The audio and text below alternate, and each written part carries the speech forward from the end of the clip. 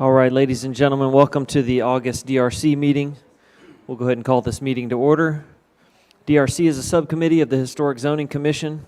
This meeting is intended to be informal and to guide applicants through the process of obtaining a certificate of appropriateness or a COA for projects within the city's historic districts in light of those historic district design guidelines. Applicant participation in this DRC meeting is voluntary but highly recommended. Any changes or suggestions taken by the applicant based on the discussions with the DRC are the applicant's choice, but DRC makes no representation as to whether any changes or suggestions made during the meeting will be approved by the voting body, the Historic Zoning Commission. There's 9 items on this afternoon's agenda.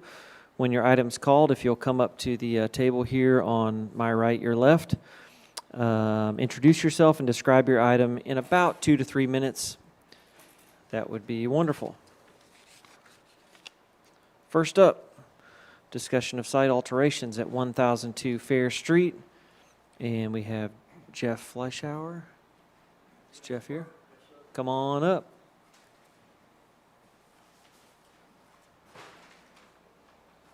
Make sure you hit your button on the microphone. It'll turn green and then everybody can hear you. Yes, sir. Unless you don't want to be heard.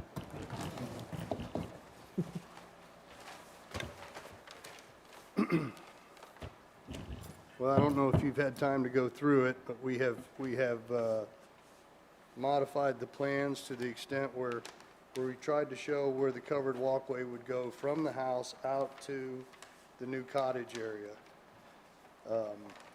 And then we have a pergola right from the back of the house that's going to go out over the sitting area and the kitchen and the dining room area.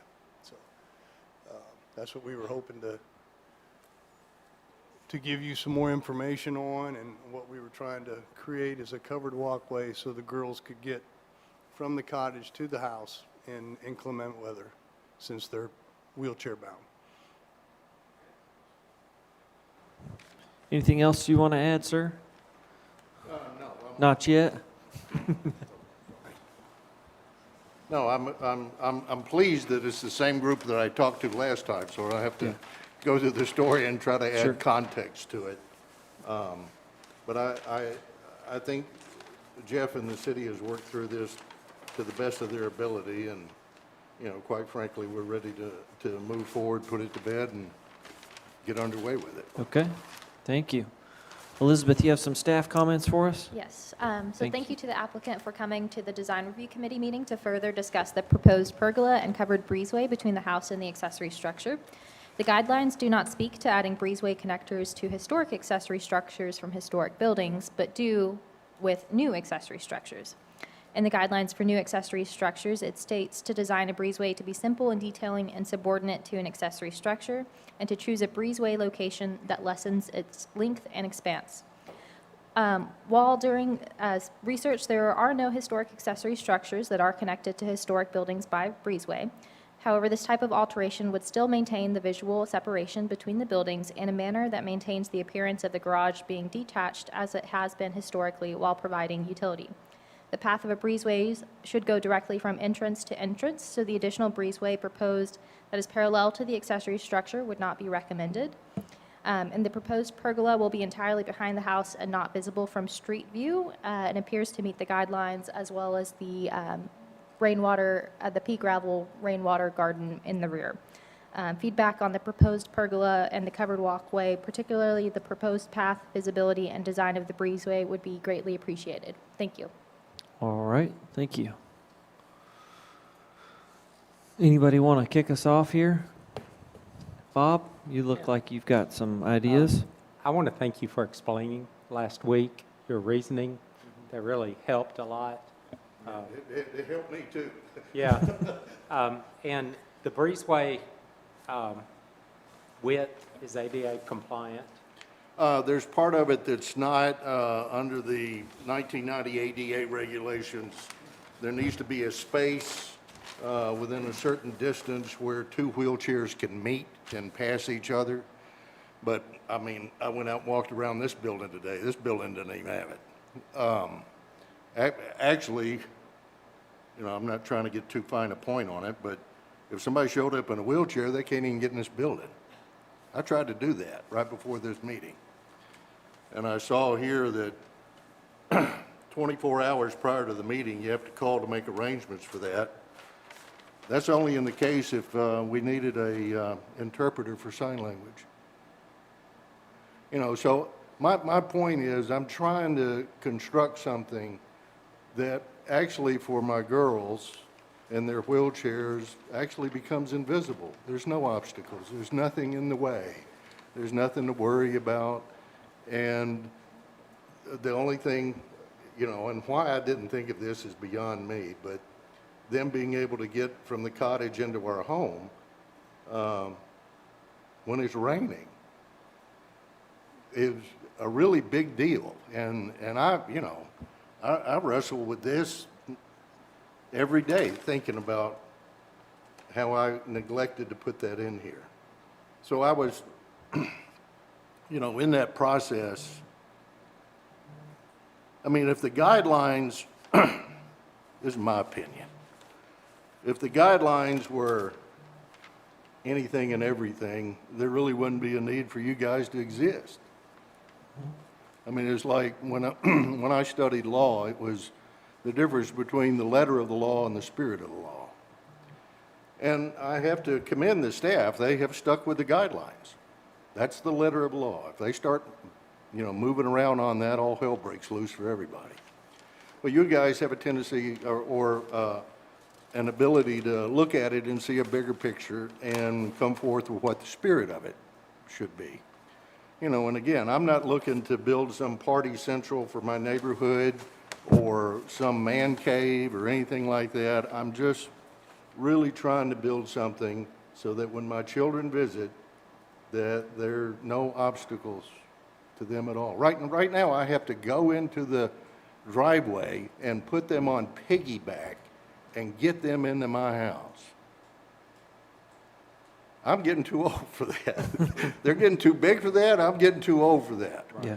So our thought was, you know, way back when, is like, geez, I got to build an ADA ramp, and the way our house is set up, I'd have to do it in the front, and boy, what a fight we'd have over that. So the thought was, let's just convert that garage that we have into garage and cottage and build a way for them to be able to get in and out of our house in as convenient and expedited way as possible, so they actually feel welcome when they're home with us. Perfect. Thank you. Anything else, Bob? No. Madeline, you have any thoughts? Not at the moment. Brian? So I want to understand staff's position again on the breezeway. So I didn't quite, was that supporting or non-supporting in the guidelines? There isn't a specific guideline in the historic accessory structure section for breezeway connectors. It's only listed in new accessory structures, and there haven't been any proposals that I've been able to find that connect a historic accessory structure to a historic building. However, it does maintain the visual appearance and separation of the two buildings, so it's clearly identifiable that those two were not, or maintain detached form as an accessory structure should. So I do believe in this instance it could be supported. Okay. And it's completely behind Yep. the building. So I think that, I'm not sure that anyone on the, I know from my point, that the covered breezeway, I don't seem to be an issue. But I did want to ask, so I noticed where the three roof lines come together. So it's more of a design thing. And then I see kind of your inspirational photograph. Is that what it's going to look like, what I see in the inspirational photograph? I'm gonna have to defer to our contractor on Well, that. And that's up here on the I screen. just want it covered. That's What- on the screen What we're currently. gonna do is she had a hard time drawing the roof lines, but Brian, what we thought about doing is obviously coming off the house and then dog-legging over and making that a continuous covered breezeway, and then what we'll do is just offset that with a little dump area to come out of the garage and connect with that breezeway. But for the most part, yes, that will be a covered dog-leg breezeway, all one consistency and not cut up like that. It won't be cut up like that. No, sir, not like that elevation shows. It'll be continuous. And, you know, it reminds me of a very modern structure when I look at it. Right. But what I see in your inspirational photograph, it looks like something more historic. Was that what you're going for? I mean, what? Well, Yes, in that last page, that's what we were somewhat looking for. I'm gonna dress up those columns. I'm not gonna make it look that ornate, however, but, I may put some trim or some molding on the treated columns. And so when you come back to our voting meeting, Yes, sir. could you just supply us with, more, maybe a drawing or something of what you Absolutely, you yes, sir. what it's going to look like? Yes, sir, I can do that. Okay, thank you very much. Thank you, Brian. Mary, anything? No. Okay. Holly? Nothing? Yeah, I think the breezeway makes total sense, the rationale for it, and it looked like there was some modeling trouble here. Yes, sir. But as long as all those ridges can meet up really nice and the valleys are, clean, and I think that's the intention based on the other view. Yes, sir. I think the impact to both buildings, even though it's a historic structure, I mean, just, we talk about, well, if we see another one of these, what's our rationale this time for maybe supporting something like this? I think if you need a breezeway and it connects to the back of your house and the side of your outbuilding, well, you've not really interrupted the silhouette of either one of them on the front. And the other thing too is this particular outbuilding has been modified. We approved a pretty significant addition to it fairly recently. So while it's still a historic structure, it's been updated some, and I think the way that this particular breezeway touches both buildings is about as minimal as you can make it. So I would feel like their scheme makes a lot of sense here. The pergola, I think staff said that could be supported as well.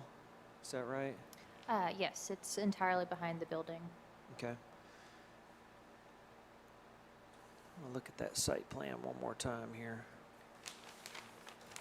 So it sits behind a chimney too, is what I'm seeing in the site plan, it looks like. Oftentimes, if we were talking additions, we usually want to set back off the corner just a little bit. So as you get into kind of the detailing of this thing, if the support posts that are parallel to the property line sit back from the corner of the historic house, even if the rafters run past that, Yes, the is rafters one run of our guidelines that we get from the Department of Interior. That's not a historic The reason why Franklin that's thing. offset a little bit right there, Tyler, was we have a bump out in the front of the house that extends out about 3.5 feet. So from a line of sight from the front, you still Sure. won't see that kitchen. Sure. Okay. Yes, sir. And so that's why we kind of offset that out a little bit, and I have that roughed in already, ready to pour that. If that's something I need to bring in to the existing corner of the house. I think it's considering that the house bumps. That's what I can see some of that in the site plan, but the existing house is chopped off in our drawing a little Yeah. bit. So I do have the existing site yeah, plan as here. long as we're good there, I'd be fine with that, because it looks like there might be an octagonal bay on the Yeah, I side. mean, Yes, sir. the house has two, it almost mirrors itself. It has these two bedrooms with fireplaces in them that are basically the same dimensions on either side of the house. Okay. So it's almost like a bay window bumping out. But it does go all the way to foundation. Yes. Anything, Brian? Did you have something else? Oh, no, I was just going to say that you probably have one of the best Queen Anne houses in Franklin. It's a lovely place. Beautiful Yeah. house. Perfect. Absolutely beautiful front porch. Absolutely gorgeous. All right. Anything else from anybody? Mary? I would say to the point of coming off that corner, even though you have something sticks out, I would still, as heavy as this element is with the stone wall, just if you got 6 inches off the corner, I think it would matter. So you would prefer me bring that back to the corner? Okay. Yeah, and I think the site plan being truncated, so I think there's a chimney there, and then the bay even sticks out further than the chimney. So if it were a straight-sided house, I'd be like, we got to have some relief on the corner, but Well, maybe there's a lot of things more going on. compelling picture, but It's Yeah. about even with the chimney, actually, Yeah. from what it looks like. So it's Doesn't can even make come it out as whatever. far as that right side bay now. The bay I that's know on the that. right side. Right, know. and also on that side of the house is a giant chimney that was part of the addition to the house in the 60s. Maybe just bring a photograph of the back of the house. I can, Yeah, sh- yeah. I can show you this approved Okay. site drawing that we permitted off of that shows actually the outline of the house and how it lines up with that exterior. That's There's a the back picture of the there. house. Mm-hmm. Yes, ma'am. There might be Yes. another picture that shows And- more. There you go. You see the And bump out in the very front? Yeah, just, I'm Yeah. one vote, but I would say even if it were 6 inches in, it's gonna read separate from the house. So you would prefer me come all the way back to the corner and not allow it to pop out at all? I prefer to show the whole corner when when the stone wall happens. For the kitchen, for the exterior kitchen, you would rather that be even with the corner of the rear of the house? The outdoor kitchen. Yes, ma'am. That's that stone walls and outdoor kitchen there. You reading that? What? The stone walls and outdoor kitchen there. Yes, I know that. Yeah. Yes. And you'd prefer that to be at the corner, Mary? Is that what you're saying? In your Yes. thought process? And you might, I'm not convinced it needs to be, I'm not convinced the corner's not exposed already because your Okay. post looks like it's coming out of the kitchen and there's no post up against the wall at all, it looks like. Is that how you think it might be detailed? And we're getting into There will be a line of columns on the wall. We are. on the wall. Yes, Yeah, sir. yeah. Yes, sir. There will be Of- what? So In- there would be one at that corner. There Okay. would be one I'd have to build into the top. And it, yeah. So to your point, Mary, if that the row of columns that's going to hold up this girder, for lack of a better term, is back, even if you have to cantilever your rafters out a little more. You Mhm. That perhaps, would be Oh, ideal. yeah, the rafters can come on out. Yeah, I think the This is just such an intact so what you're saying, Tyler, house. is you want a column So on to that land corner? softly on it with Yeah. this much Yeah. going on, to me, would matter. you know, like I said, the Department of Interior has some standards that talks about maintaining our exterior corners and keeping Corners. them visible. It Okay, has to do with reversibility and some other things, but okay, I've never seen anybody reverse anything on a historic house yet. right. National Park Service, maybe I have. But yeah, if the column line could be pulled back a little, I think you might still get the same volume under pergola, but Mhm. the way it's detailed is important to us in preserving kind of the, So if I the were to put mass. the column on the corner and I'd allow the top the framing to peek out. beyond the column, then the Mhm. face of my stone kitchen could also be that little bit beyond, as long as it lined up with the top overhang. And we're talking 6, 8 inches. It would still be behind the chimney. It would still be behind the brick. Right. Yeah, you'd, in the first 3 feet of the corner would be covered by the kitchen, Yes, sir. and then the rest of it would be exposed, that siding that's Mhm. there. I mean, I don't know how everybody else feels. I think I would probably be comfortable with that just because it's behind a bay and a chimney at Yes, that sir. point. But Right. I wouldn't be able to speak for everybody. And what I'm saying, with as much as you have going on, you know, in the back, just giving that a little more respect, to me, would comply better with our guidelines. Yeah. Okay. Yeah. Because I know staff did allow me to move that fire pit out, and it's actually beyond Right. the edge of the right, house. Right. But she said You've that- got that, yes, and for all the right reasons, there's just a lot going on, Yes, ma'am. so. Yes, ma'am. Okay. There's nothing else.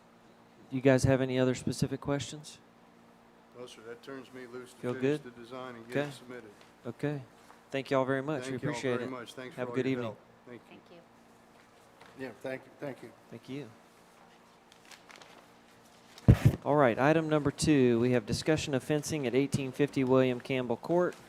David Horwath. It's not David, but I know this guy. Come on up.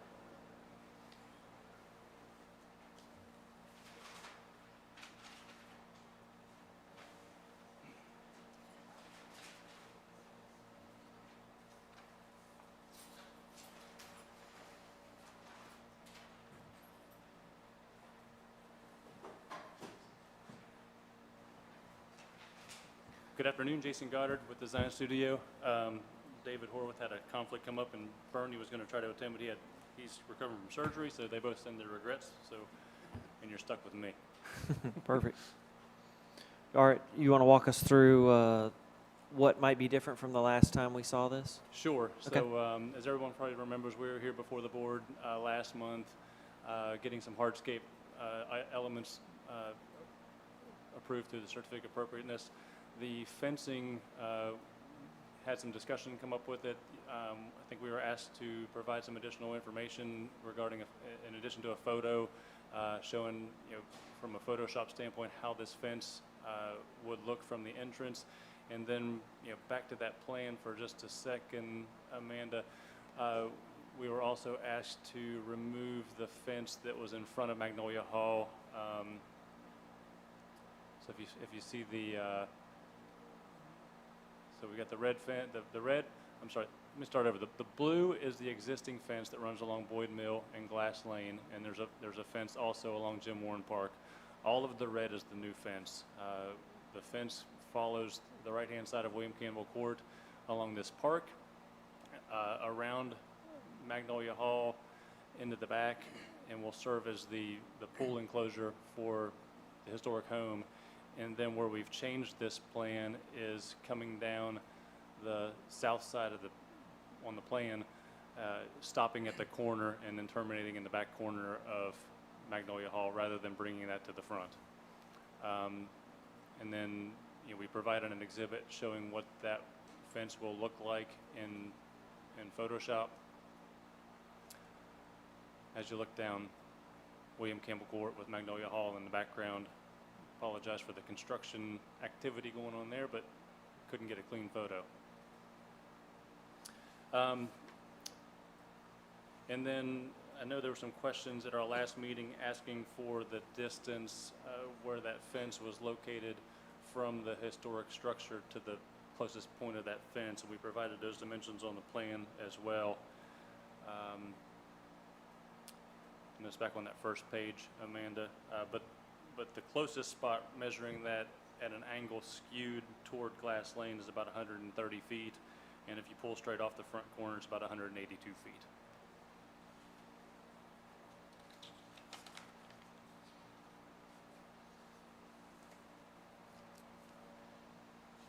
And then lastly, in preparation for this meeting this afternoon, I did prepare a couple more exhibits that I could pass out, and then I could submit those for the voting meeting if we can do that too. That's fine.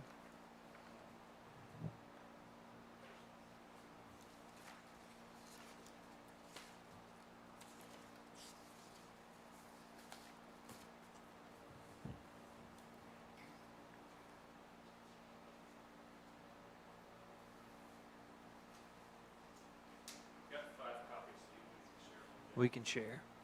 Thank you.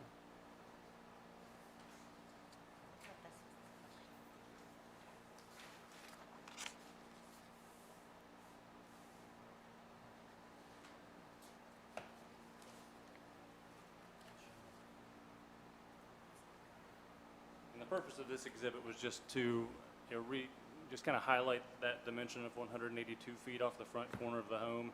And then also that orange area you're seeing is really the front portion of the historic home, the front yard coming off of the front porch. And this is just to demonstrate that there's really no fence in the front yard per se, that view from Boyd Mill all the way to the front porch of the historic mansion is left preserved and intact, and this is kind of off to the side. That's what this is to demonstrate. Okay. All right, thank you. Let's hear from Elizabeth, please. Thank you. So just so for some clarification, there were two applications submitted that showed the fencing for this site. So within this proposal, what was reviewed was two sections of new fencing proposed. First along William Campbell Court in the straight drive entrance to Magnolia Hall in the subdivision. And the second section of fencing is proposed within the application to connect the approved four-board horse fencing on the retaining wall near the lake to the proposed rear yard fencing for the historic Magnolia Hall, which is in a separate application. So the distance of this fencing was not included for the full length of what the span will be on either section, and the proposed style is the four-board horse-style fence that is 4 feet tall, intended to match the existing improved perimeter fencing. The fencing proposed within this application is unique as there is not a house on the lot for the community green space and was intended to continue reading as the front yard of Magnolia Hall. This development is vested in the 2016 guidelines in which wooden picket fences are the most common fencing material for primary yard fencing and which is appropriate.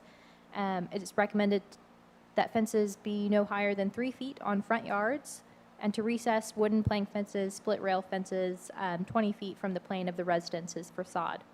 So feedback on the proposed design and style of the fencing, placement, and height would be appreciated as they do not align with the 2016 guidelines. The current guidelines do state that in rural settings, horse fencing may be considered in front yard fencing and be a height of 4.5 feet. However, this development is unique as it was once more rural and is now in a much more blended neighborhood setting. Thank you. Okay, thank you. Elizabeth? Holly, are you interested in going first here? If you have any comments? Yeah. Thank you. To me, this fits. To me, it looks like it fits the property just fine and is so common to the entire area. It makes more sense to me that you would use this rather than a picket fence. But I'd love to hear other opinions from you. Okay. Thank you. Miss Mary? The reason that you're putting the fence in the front portion, the rationale, Yes, so the intent behind the fence is to create this private park for the owners and residents of Magnolia Hall and for the community. It's to delineate this private park and kind of give it some enclosure. I do agree that this style fence in this situation versus a picket fence is appropriate. Okay. Brian? Yeah, I tend to agree with that assessment as well. I was going to ask you, is what we see the site of the front porch and then towards Boyd Mill. Yes. But what is the actual lot?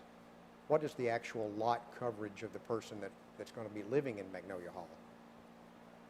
The actual lot line, Does it kind of follow the curvature of that fence? if we zoom, Amanda's zooming in for me there, you can see the lot line kind of running at a diagonal through there.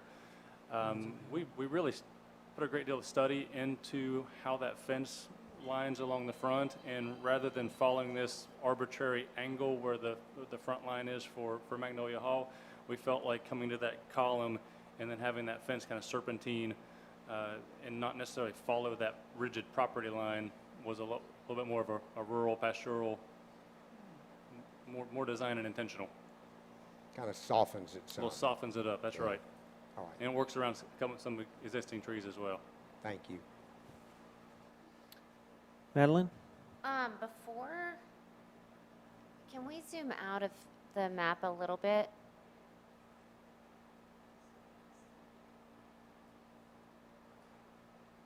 So,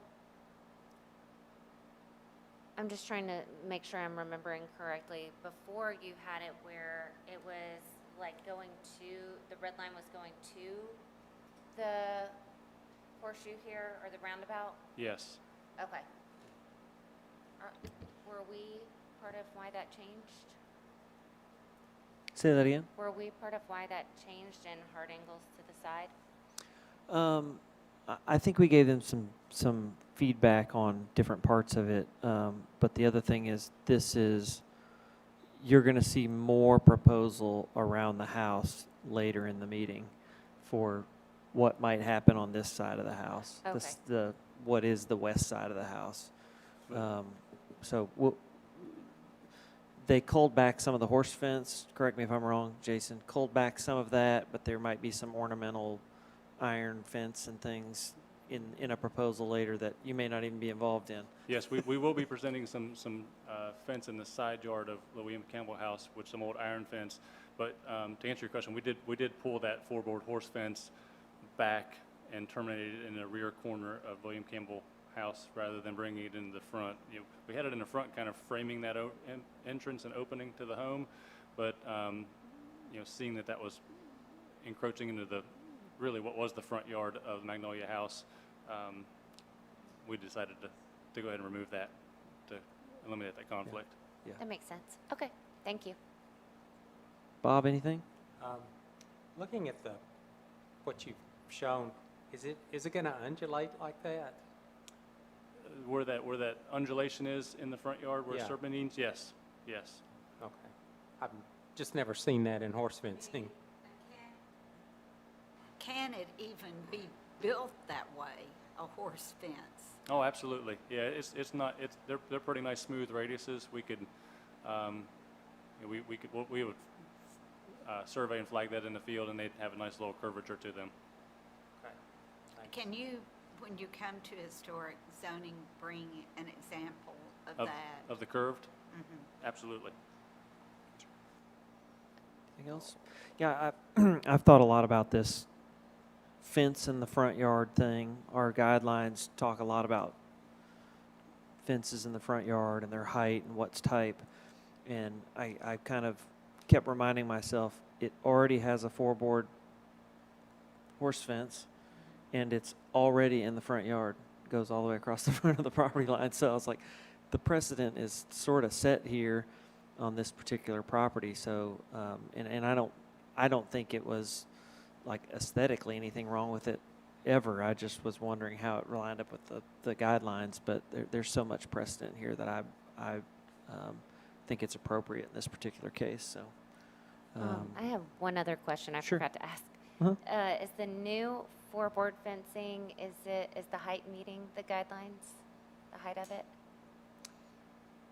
no, because it's supposed to be 3 feet in the front yard, but the existing is 4. Yeah, I guess The Or there's existing somewhere is in there. 24 feet. Yeah, all that Existing horse board 34 that's foot. in the Okay. front. Yeah. Gotcha. So yeah, it doesn't meet the guidelines, and especially the 2016 guidelines don't call out anything about horse fencing at all. It would be considered an inappropriate thing. But our new guidelines, which this isn't under, calls out that rural kind of quality. And this was a rural house at, Yeah, 100 years ago. right. Okay. Okay. Anything else? That's it for me. Feel good? I just, something? one thing, so I know you're going to bring something back to us that may include like an iron fence, but have you seen one of the older pictures? The oldest picture I think that I've seen of that house did have a picket fence in front of it. Have you seen that house, that photograph? I may have over the years, but I don't have it handy. I'll send that to staff, Okay. and then staff can forward that to you, Okay. Perfect. just for inspiration. Great. Okay. Perfect. Anything you. else? I'm good. It's good. Thank you. Thank you, Jason. I'm up next too. Oh, okay. Everybody, welcome back, Jason Goddard. For item number 3, discussion of site alterations, fencing and lighting at 1840 William Campbell Court, Magnolia Hall Mansion. And Jason, if you want to tell us what's new on this particular building as well. Yeah, so this is our first time here to discuss the William Campbell House. Amanda's pulling this file up here. What we've been asked to bring to historic zoning are some hardscape elements, the configuration of the driveway, the materials for the driveway.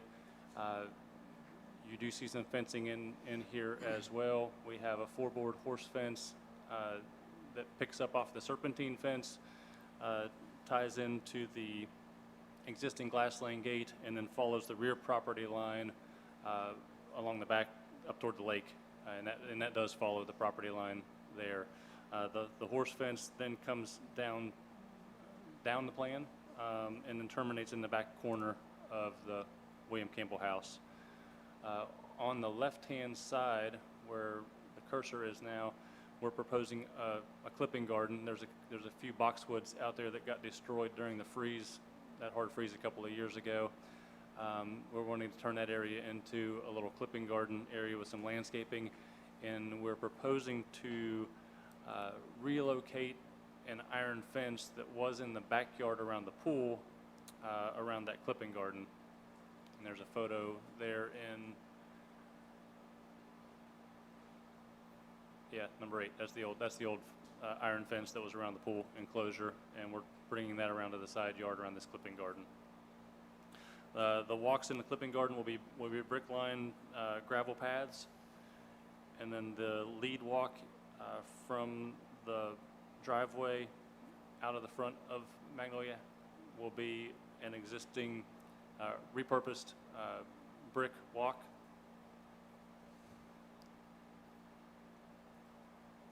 And then the driveway itself will have a concrete apron coming off of William Campbell Court, and then a concrete ribbon curb that goes back to the motor court area, and that'll be concrete in front of the carriage house.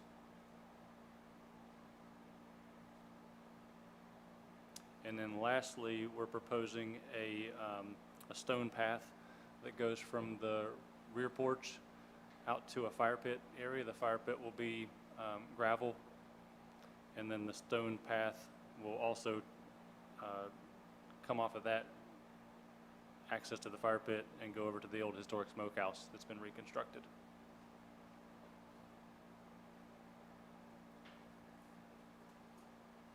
Okay. And then maybe we talk through the site-specific stuff, the hardscape first, and then we can talk about the lighting for the house afterwards. Is that okay with staff? You guys want to do that? Okay, let's do that. Let's talk hardscape. We'll come back to the lighting. And Emily, just to correct Jason, she's not Amanda anymore. Oh, I'm sorry, Emily, I'm sorry. Amanda was here a long time. Emily, I'm sorry.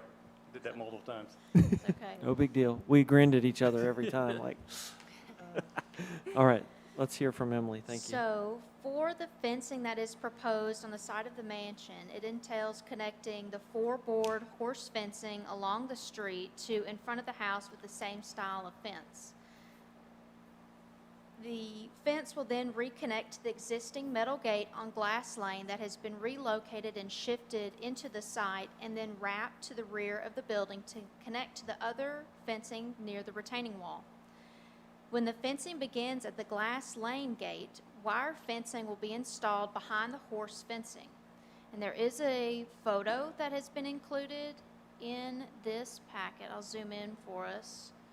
That's what it looks like.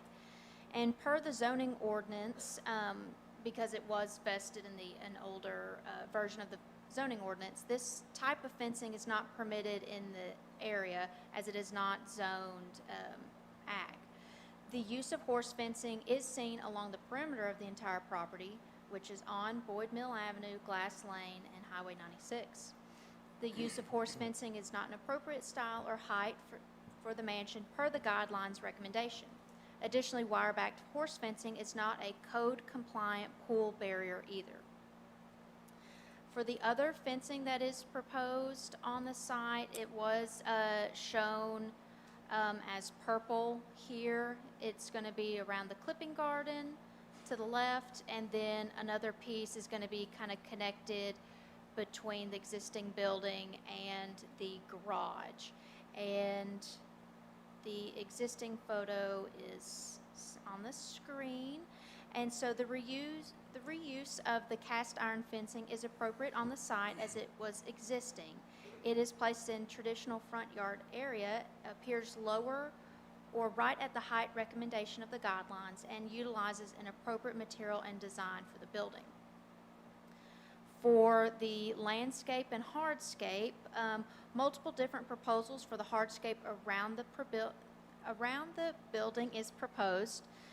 The driveway and area shown as the clipping garden will utilize gravel, which is the material that was previously there. It is unknown what color the gravel will be. To the right of the main historic form of the mansion, a brick patio is shown. An existing brick walkway was original to the building. Around the garage accessory structure, a top-cast concrete with gray stone decorative border is proposed. Concrete will also be seen behind the building and in a different pattern around the pool. The guidelines recommend using durable materials that were historically typical for driveways, such as gravel, concrete, bricks, and asphalt. And then behind the house, a fire pit and walkway to the smokehouse will utilize a stone garden path with pea gravel and stepping stones. Thank you. Okay, thank you. All right, let's start with Brian this time. Or do you need a minute? I think I need a minute. Okay. Mary?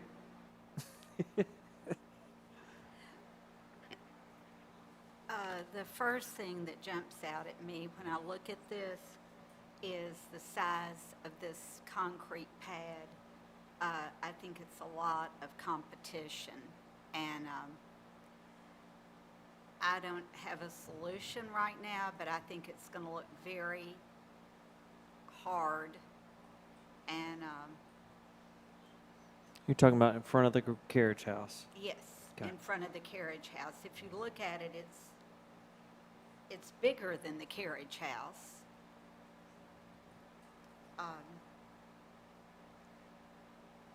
So I don't know what the needs are of the property owner, but I think something needs to happen to make that not read so much like a parking lot in front of the mansion. Okay. The front facade, I should say, of the historic material. Mm-hmm. I think the brick I'm good with, the gravel, good with. I think at some point, I'm a little confused about where the fencing's going, but at some point, I do think historic iron fencing would be very appropriate with the house. Thank you. Okay, thank you. Holly, any thoughts?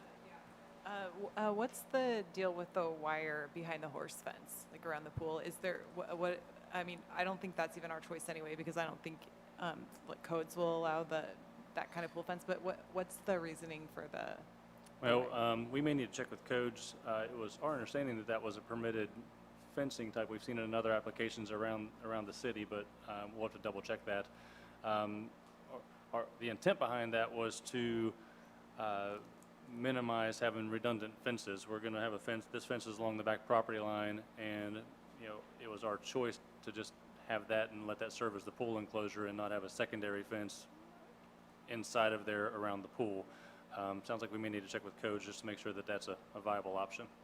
Yeah, I think staff mentioned a zoning issue because it doesn't, the 2016 zoning that this is vested in, it was not an approved type, and it, according to, and I suppose you all heard from BNS that it's not a pool enclosure. Right, and we will provide those exact comments to the applicant Okay. In our DRC recap, but there are certain requirements for a pool barrier. It has to have like certain amount of inches between the bars and that sort of thing, but Sure. As it is a horse fencing with wire backing doesn't meet that requirement. Okay. Did you have something? Yeah, come on up. Hit. There's a mic here, there, everywhere.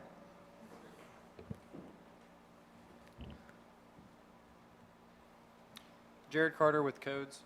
So the problem is it's climbable on the outside of it. If you switch that, the inside to be on the outside, it wouldn't be as climbable. So if you zoom in on that bottom picture, so the horse board is still climbable that way, but if you flip it to where it's on the outside, the problem is the zoning ordinance does not allow that. Gotcha.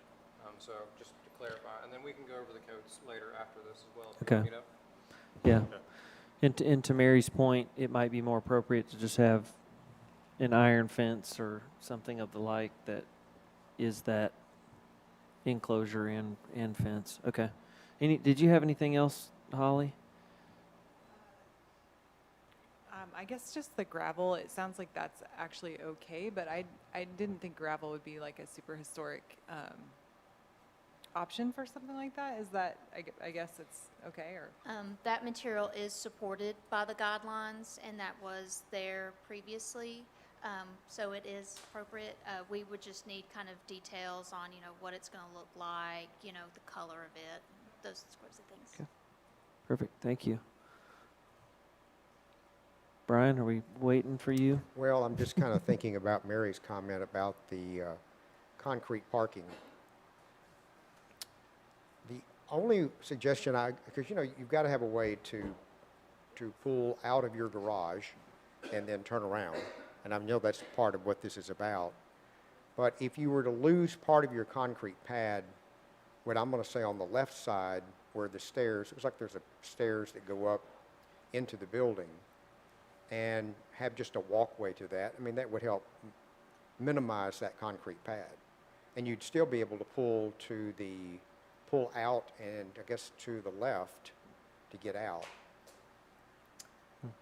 Yeah, I know the owners have some children that drive, so the need to have a couple of extra parking spots for kids and their friends was something that was desirable. And then, I know my clients, and we probably all had experience with turning maneuvers in front of a garage there. There's just so many movements. We looked at doing gravel there, but it would just be a nightmare to kind of keep it up and tidy. So the idea was there, it's about 45 feet from the garage doors back is how far that concrete apron was, and that was all driven just by maneuverability of an SUV coming and going, turning in and out of that garage.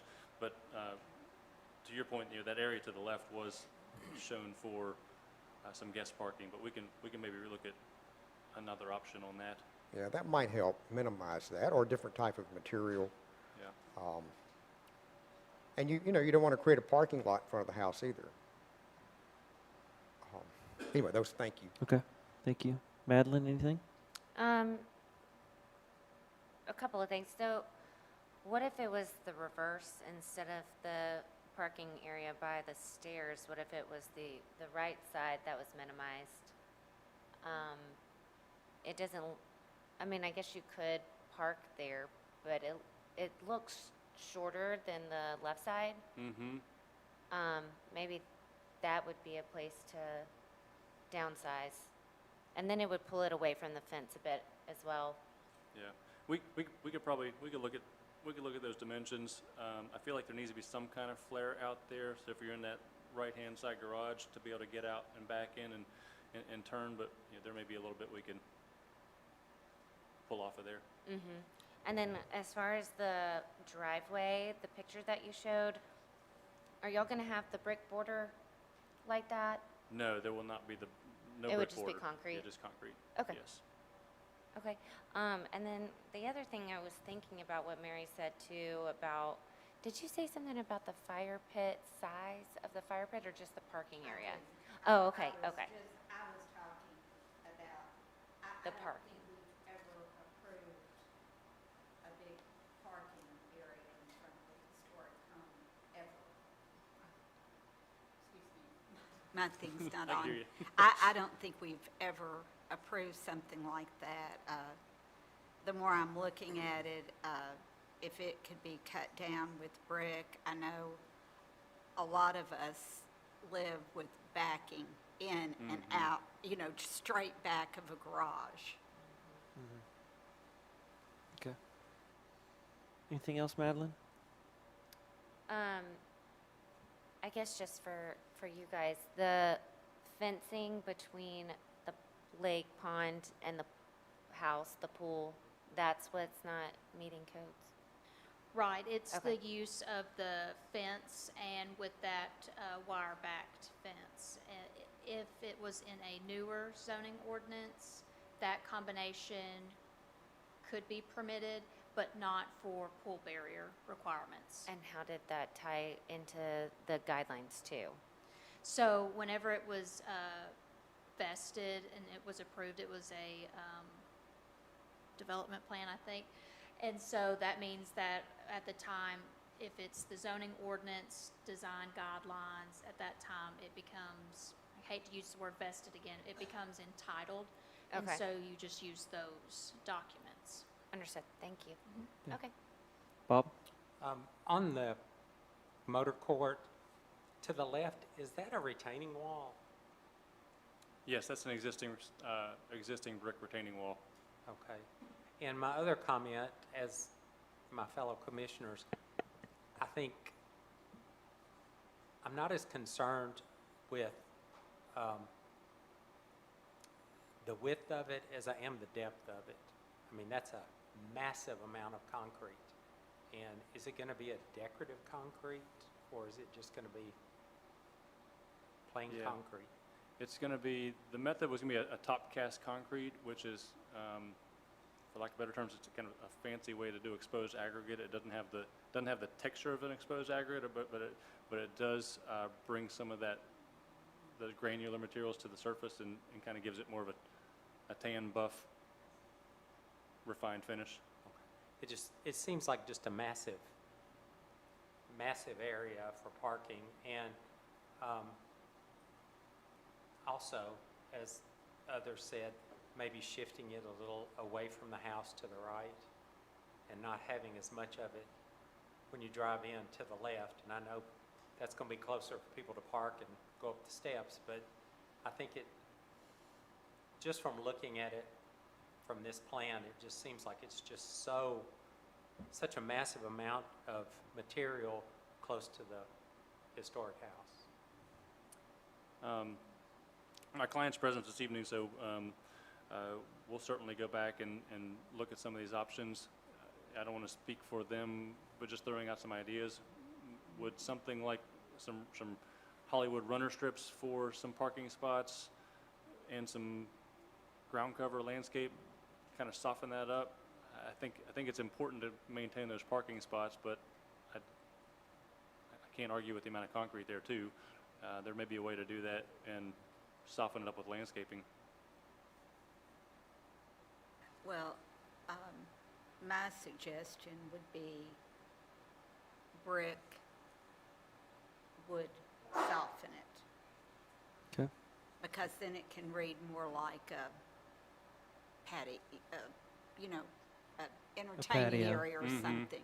Mm-hmm. So brick would be one of my suggestions. Okay. Bob, did you have anything else? I didn't. Okay. Thanks. Brian, you look like you might have had a Well, it thought was there. just a thought. I've been to historic museum houses where they had a pierced brick look that had a decorative, and they'd either filled it up with pea gravel or grass could grow through it, and it provided a great parking spot, but at the same time, you had green if you had grass. And I just thought it was a good idea Okay. at the time. Yeah. So something worth exploring. We'll explore it. Yeah, I think a couple things. There's always been a motor court in this location, but it's not been this, certainly. And I think Mary's right. We probably have never approved parking in the front, but it's been there. I can kind of concede to that idea, certainly. I think it's helpful that this is downgrade a good bit. That's why that retaining wall's there. So I think when you're on William Campbell Court, your perspective of the actual pad is not going to be that acute as it looks like in the plan view. Glass Lane, I'm not so sure. That depends how much of the landscaping is grown in or not. It's kind of a toss up there. I do think it's pretty generous. So we've got the concrete pad part, which is this kind of lighter cream color, and then we've got the gravel out in front of it. And when you think about those things in combination, I mean, what is that, 70 feet from the very lowest point of the gravel part that curves all the way to the garage. It's a lot. I go back to what little I know about planning parking lots and things. I think a 28-foot aisle is like you go to Walmart and the aisle between cars is 28 feet, and no homeowner wants to take that much care to get out if they don't have to. So I'm not advocating for something that tight, but, you know, I think you said it's like 40 feet or something deep. Maybe that can be culled back some. So I think there's a combination of look at the size, even this gravel part that's in front of the concrete parking pad adds to kind of what's going to be the visual mass of parking area, even though I know they're different. One is intended to cut tires and one's not. But look at the size, and then I agree the materiality is probably important, and it could be that, you know, you've got these ears that are on each side. If you really need those, maybe those are a paver of some sort, or stone or a brick, and then you've got your kind of concrete mass in the center.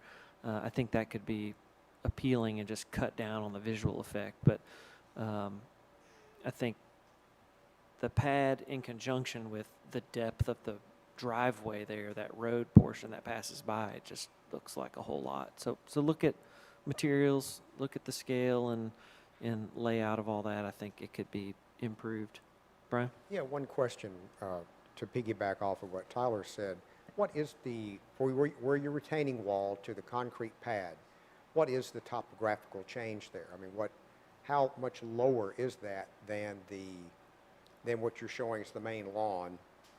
I'll get some good photos for you and some dimensions for the next meeting, but I think Tyler did bring up a good point. You know, I think it's probably 3 to 4 feet lower than that retaining wall.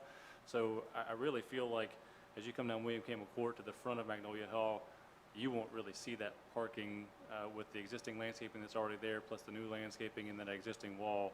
That aside, I mean, I think we could probably scale back this concrete area a little bit. But yeah, that 3 to 4 foot wall there conceals much of this area. Okay. And then the last thing I wanted to add too is you know, we're kind of working with, you know, this existing driveway coming off of Glass Lane. So that's where those gates are. You know, before there was just a sea of gravel through there, and it just kind of blended and went up toward the front of Magnolia Hall and then down to Boyd Mill. We're following some of those patterns. We're just trying to tidy it up quite a bit, and just we scaled it back quite a bit from what it was originally. Yeah. Okay. Yeah, and in regards to all the other elements here, I think the iron fencing felt appropriate. Glad you're reusing part of it. There's not enough to reuse to go around the clipping garden, right? That will be new. That will be that will be existing. That will be the repurposed. Okay. Around Okay. So there's enough to do. Yes. The gate between carriage house and house, and Well, enough to do clipping garden. We need to double check now if the pool enclosure, the 4-board fence for the pool enclosure, you know, we may have to revisit that a little bit. Okay, To okay. make sure we have enough for the clipping garden. Materials for walks and the other kind of hardscapes seem appropriate within the guidelines too. Anything else, anybody? What was the feedback from you guys about the gate off the driveway where that little courtyard is? Which, the roundabout? No, where the iron gate that would go right in front of the motor court, where it's purple there, that Oh, the smaller purple? section. I think they were saying it's a reused section of iron gate that exists on site already. Oh, They're it's already there? relocating it. Yeah, got it. Relocating it to this spot. Okay. Yeah. Okay. Anything else, Jason? Just the second part of our application regarding the Oh, exterior lighting lighting. fixtures. Yeah, for- we need to go back to that. Thank you. Let's see what we've got here.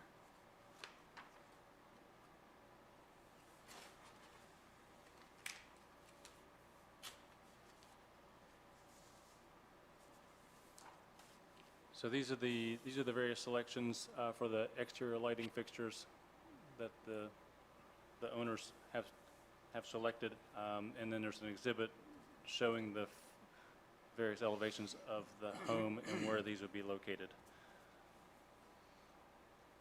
There's a couple of gas fixtures on the front and some matching electric lanterns on the side porch, and then the other electric fixtures are over on the carriage house.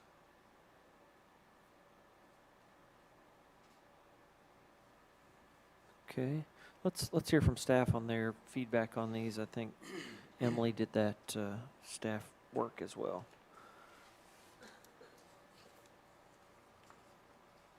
Thank you, Mr. Chair. Let's see, we're getting it pulled up so you can see side by side for us. So for the exterior lighting, the guidelines recommend that if new lights are needed, to use simple fixtures that are appropriate to the scale of the house and constructed of historically prevalent materials, and to avoid ornate carriage lights or fixtures reflective of the 18th century. Place new fixtures in the porch ceiling or adjacent to main entrances on exterior walls. The use of gas lanterns on Magnolia Hall is appropriate as the house was built during the time period when gas lanterns were commonly used to illuminate the exterior of the building. Additionally, there are photos that are circa 1974 showing a large gas fixture on the front of the building. It is unknown whether that fixture was original. Around the front entrance of the building, it is proposed to have a mix of gas lanterns and electric fixtures. The electric fixtures appear to have an Art Deco appearance to them. This style of fixture would have been popular around the 1920s and 30s, which is a departure from the building's original 1840 construction date. The use of these fixtures may be appropriate on the rear of the building where newer connecting pieces are located. And so I have the 1974 image for us. So here is the 1974 image that you can see the gas lantern above the entrance on the front facade. And then it was brought up earlier, the picket fencing that was in front of Magnolia Hall, and I just wanted to bring that up since we discussed it earlier. But you don't see, I'm not sure what date this is from, but it doesn't have the fixture above the entrance. So just wanted to share that. Okay.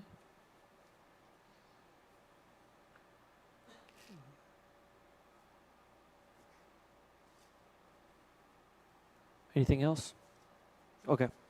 All right, so let's, Jason, if you'll just quickly run us through the yellow dots, just so everybody's really clear of what's going where. I've had the opportunity to look at all this ahead of time, but everybody else might not have. So if you'll Sure. just run us through real quick exactly what's going where. So on the first sheet, A300, it shows the front and rear elevation. We'll start up top with the front elevation. On the first floor, on either side, there are the electric sconces labeled D on either side of the front door. Okay. And then above the front door will be the gas lantern B, which was similar to what was in that photo. And I'll also maybe mention too that the original gas lines were found out to this fixture to where that had been removed and replaced with electric over the past several years. On the second story porch would be two additional gas lanterns on either side, which are lantern C. The breezeway that connects the main house over to the carriage house will have a flush mount light under that breezeway, which is item E.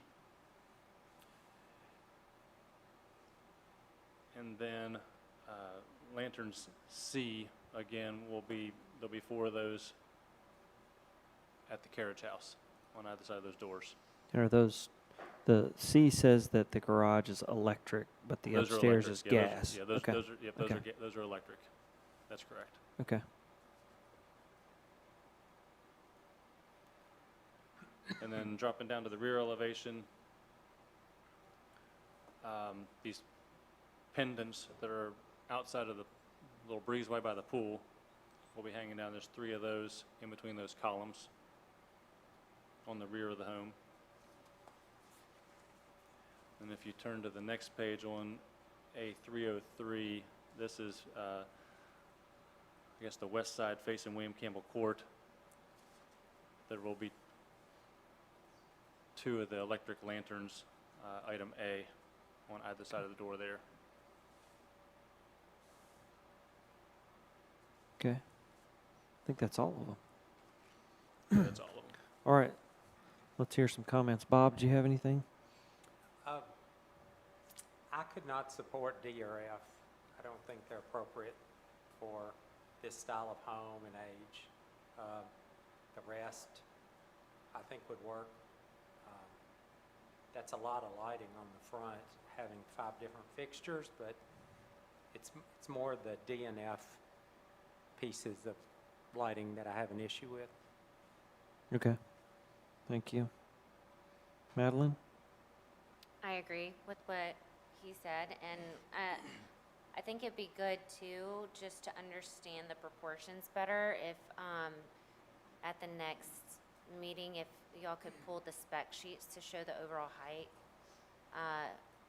and width dimensions of it, so that we can get an idea of those proportions. Oh, there they are. I think they did submit those. Okay. Might be good to see on the elevations have the That would be fixtures good on there Yeah. to scale. If, I think for this meeting, this is a good, appropriate level of detail. But if we're going to approve something, it's probably good to see it, like, how big is this Yeah, in real life? and scale to the house, That's right, yeah. right?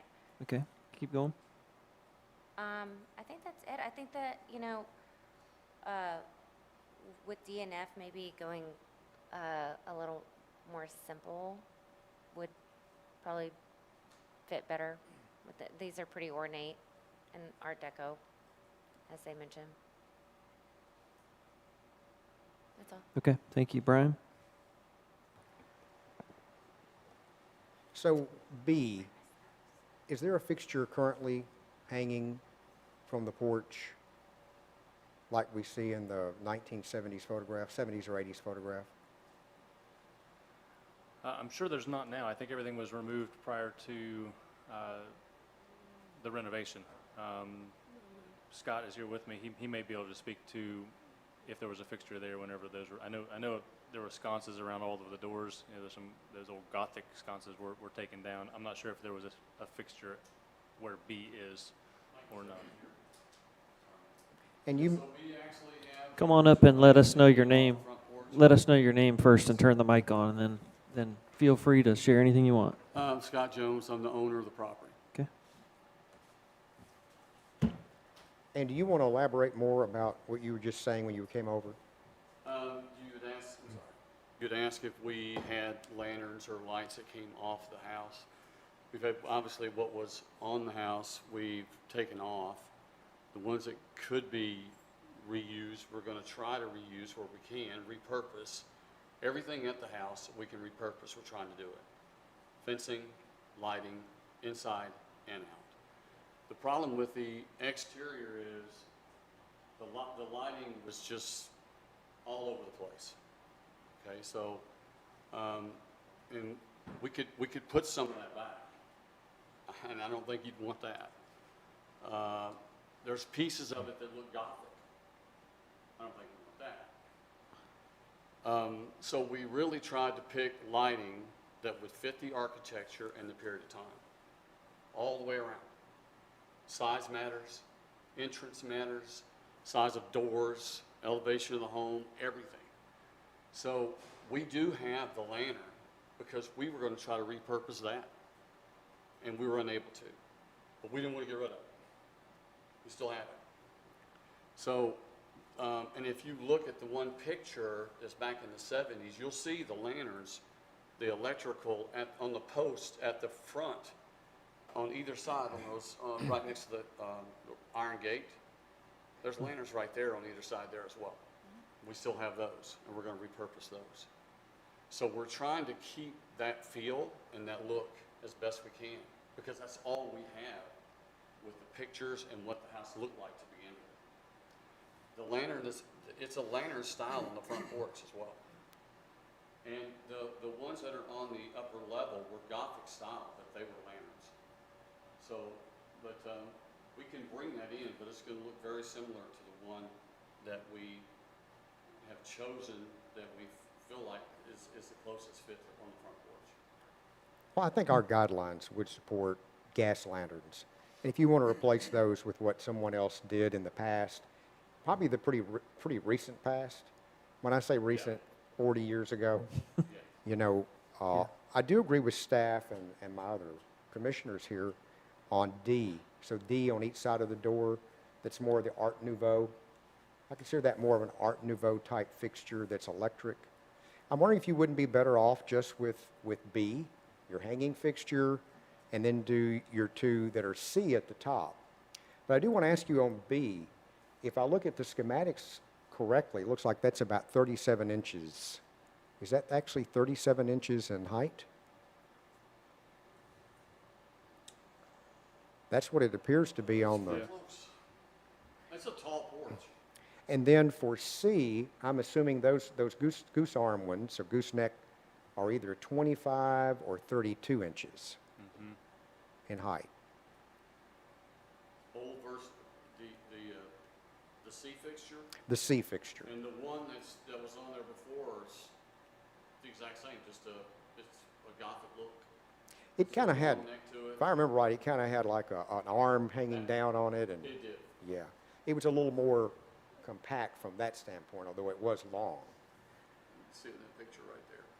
So I'm curious too about where the gas connections are. Are there gas connections at D? Or would you have to put electrical there? They were gas.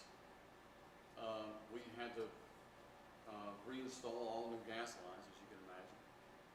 But they had been converted to electric. So we can go all electric. Well, I'm just asking where D's concerned, because in the historic photographs, I don't really see, and I say historic, within recent memory photographs, I don't see fixtures on each side of the door. Downstairs on the first level. Yes, downstairs on the first level, there were not. And that's what I'm talking Oh, about. sorry. I thought you were talking up. No, and all we're trying to do is get some light on the porch. So if you go gas, I don't know if you guys have gas lights on your front porch. There's not a lot of light there, okay? And so we wanted some light for safety reasons, you know, with wife and the kids, because we're gonna live there, on the front porch rather than just one gas lantern.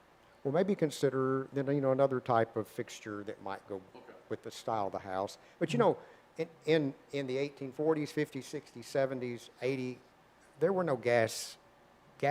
You could not hook up to gas in Franklin. No, I know. That's why I said we had what do they use, candles or what? I mean, I get it, okay? So we're But- trying to keep as best we can. No, but- it's good. I'm not Yeah, criticizing.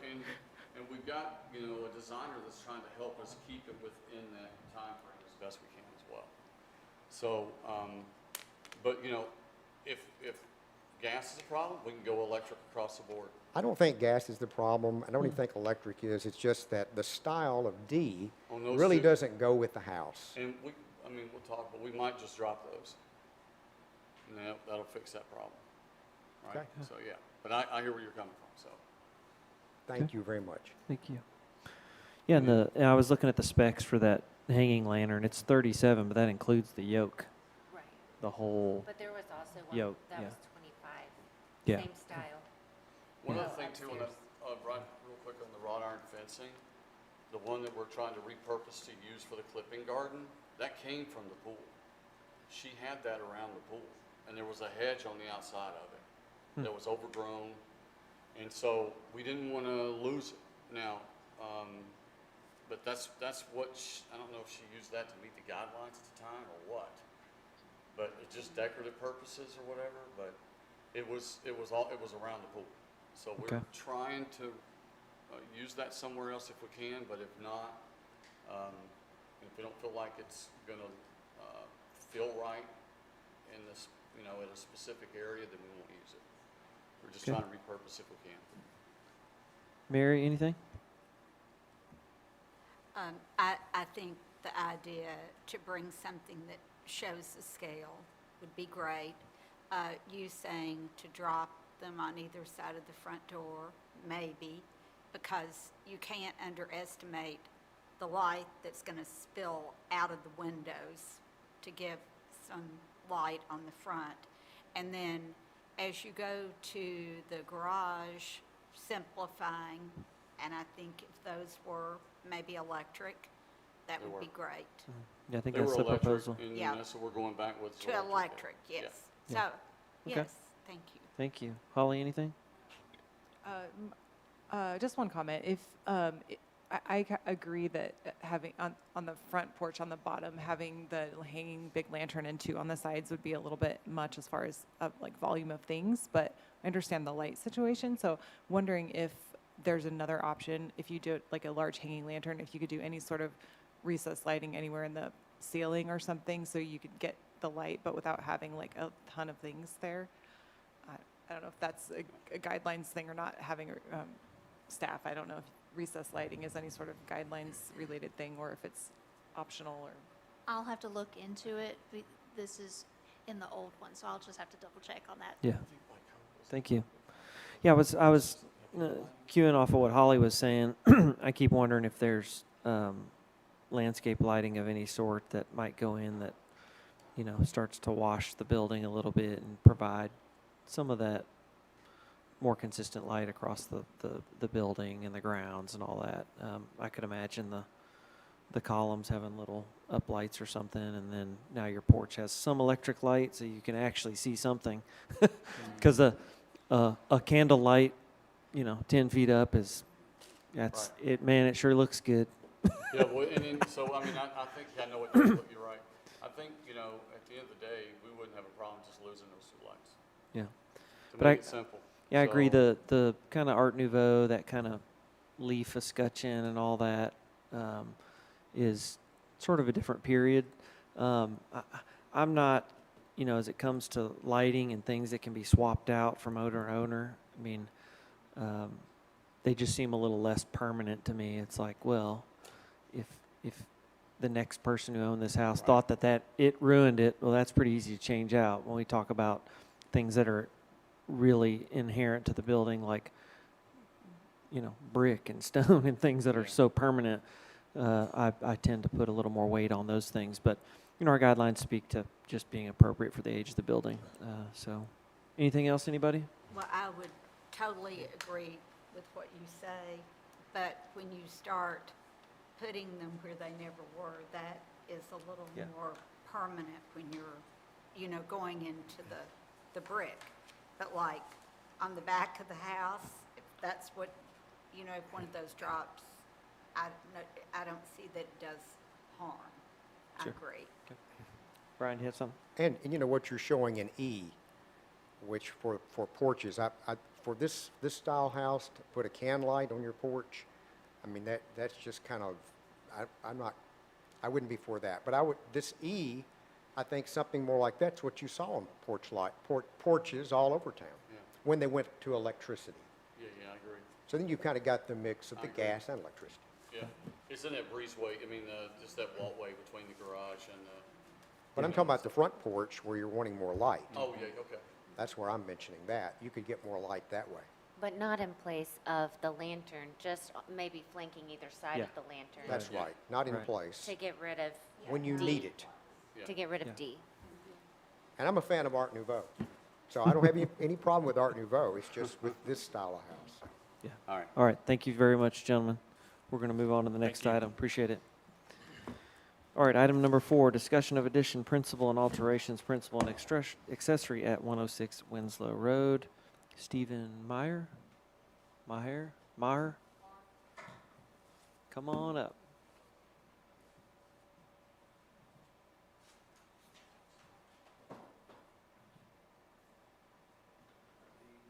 And staff. I'm Steve Marr.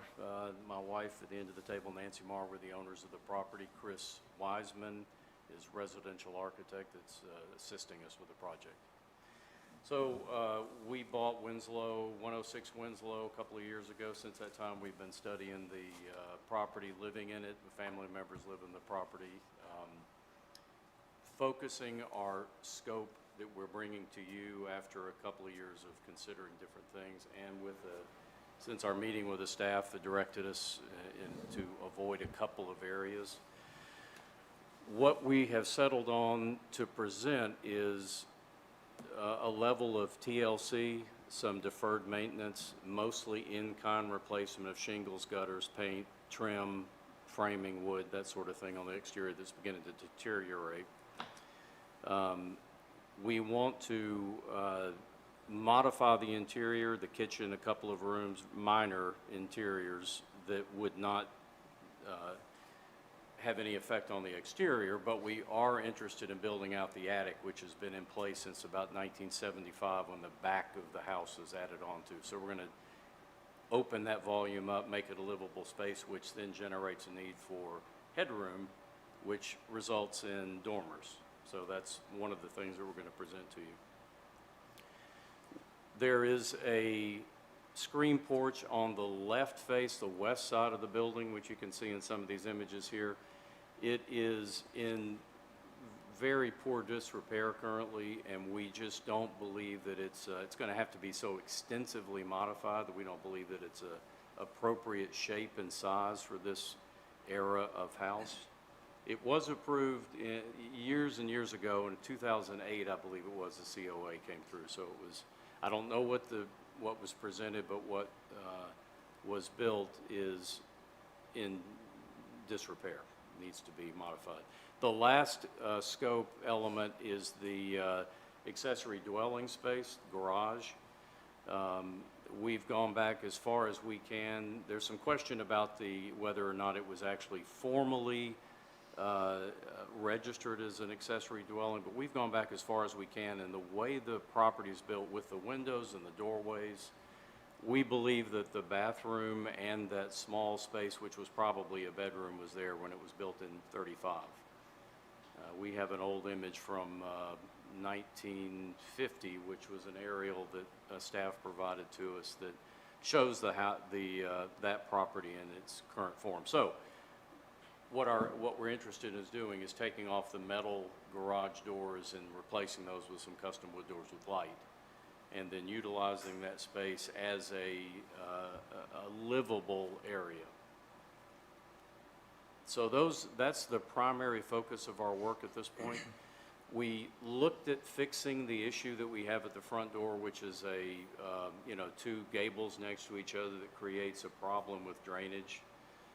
The stoop and the door and the tuck pointing and the stone is coming apart. We'll just have to make sure that we maintain the gutters and find drainage there. We understand that's going to be a difficult ask to modify that, but we have a couple of ideas that we looked at. I'd be interested in your opinion of this, but we've settled on the approach of this house.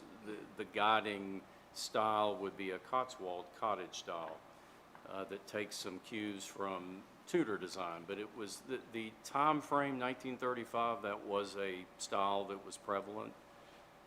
And we feel like that's the direction we should go with some of the detailing, part of which is simple details such as we will replace the cornice in kind. With light fixtures, we just heard a conversation about different types of light fixtures. We need to replace exterior fixtures, particularly on the front porch there. Add a chimney pot, because with the addition, the chimney was never actually lifted up high enough, so we have an issue with the height relative to the most adjacent roof line. So we need to raise that up somewhat. We don't think that we'd be able to match the stones. We think the easiest way would just be to put a short chimney pot. We're also adding fencing, as you can see from the site plan. Thank you, Emily. That was, we're pushing the fencing back 20 feet from the front facade so that we're able to go higher.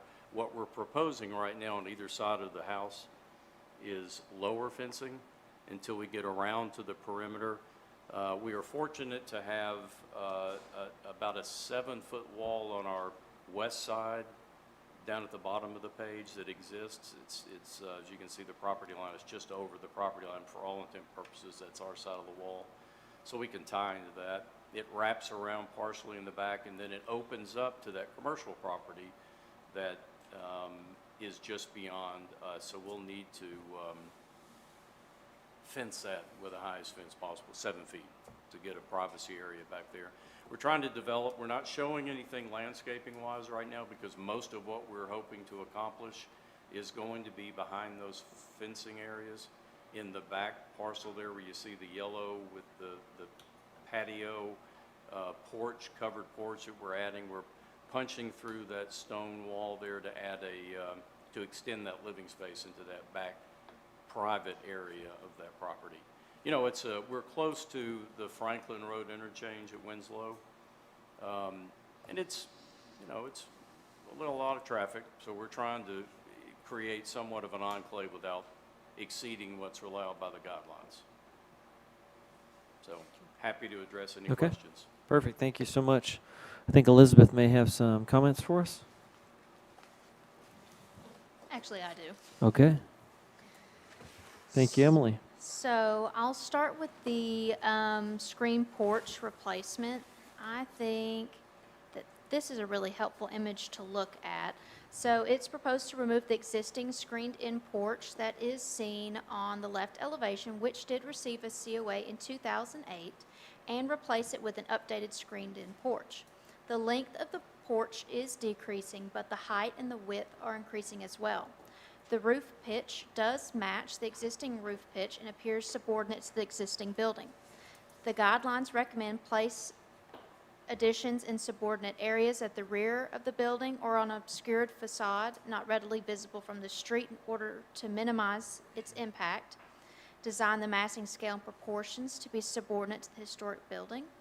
If a rear addition is not feasible, an addition on the side facade may be appropriate when it is properly designed to complement the original building without overpowering it.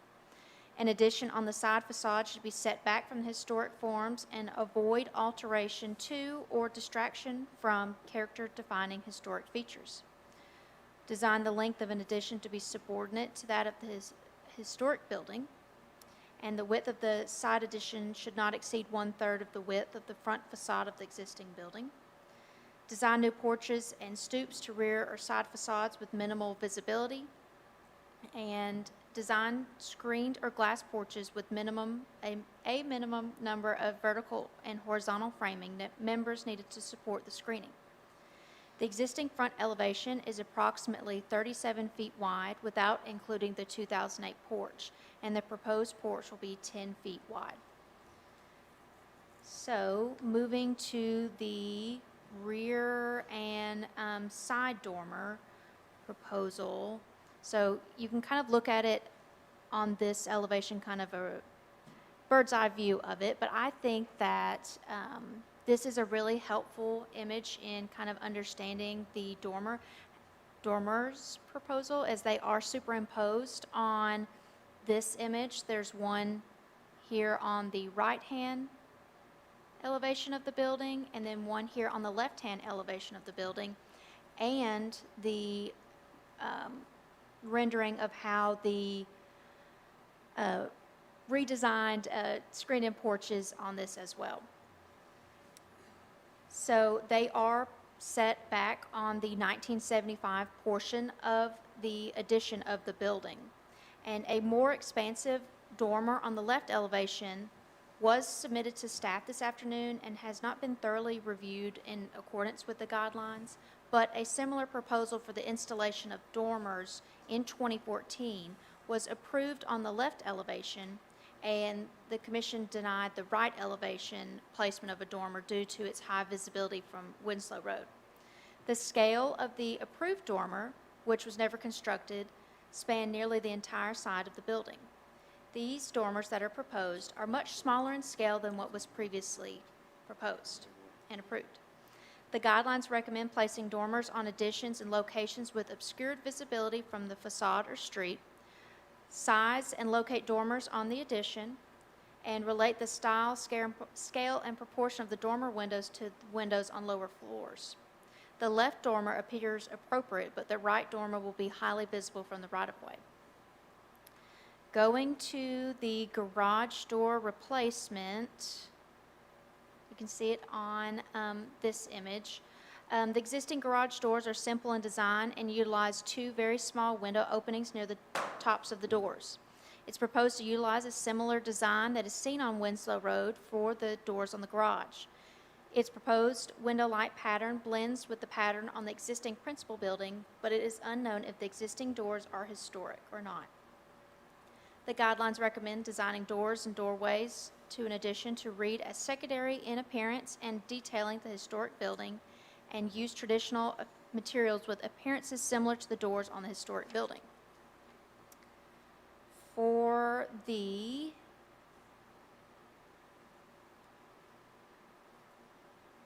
let's see, wrong button. We can set it on this page. For the new rear door, covered porch, and breezeway, a new rear door, covered porch, and breezeway are proposed on the rear of the building. The previous COA from 2014 did approve of this alteration, but they were never constructed.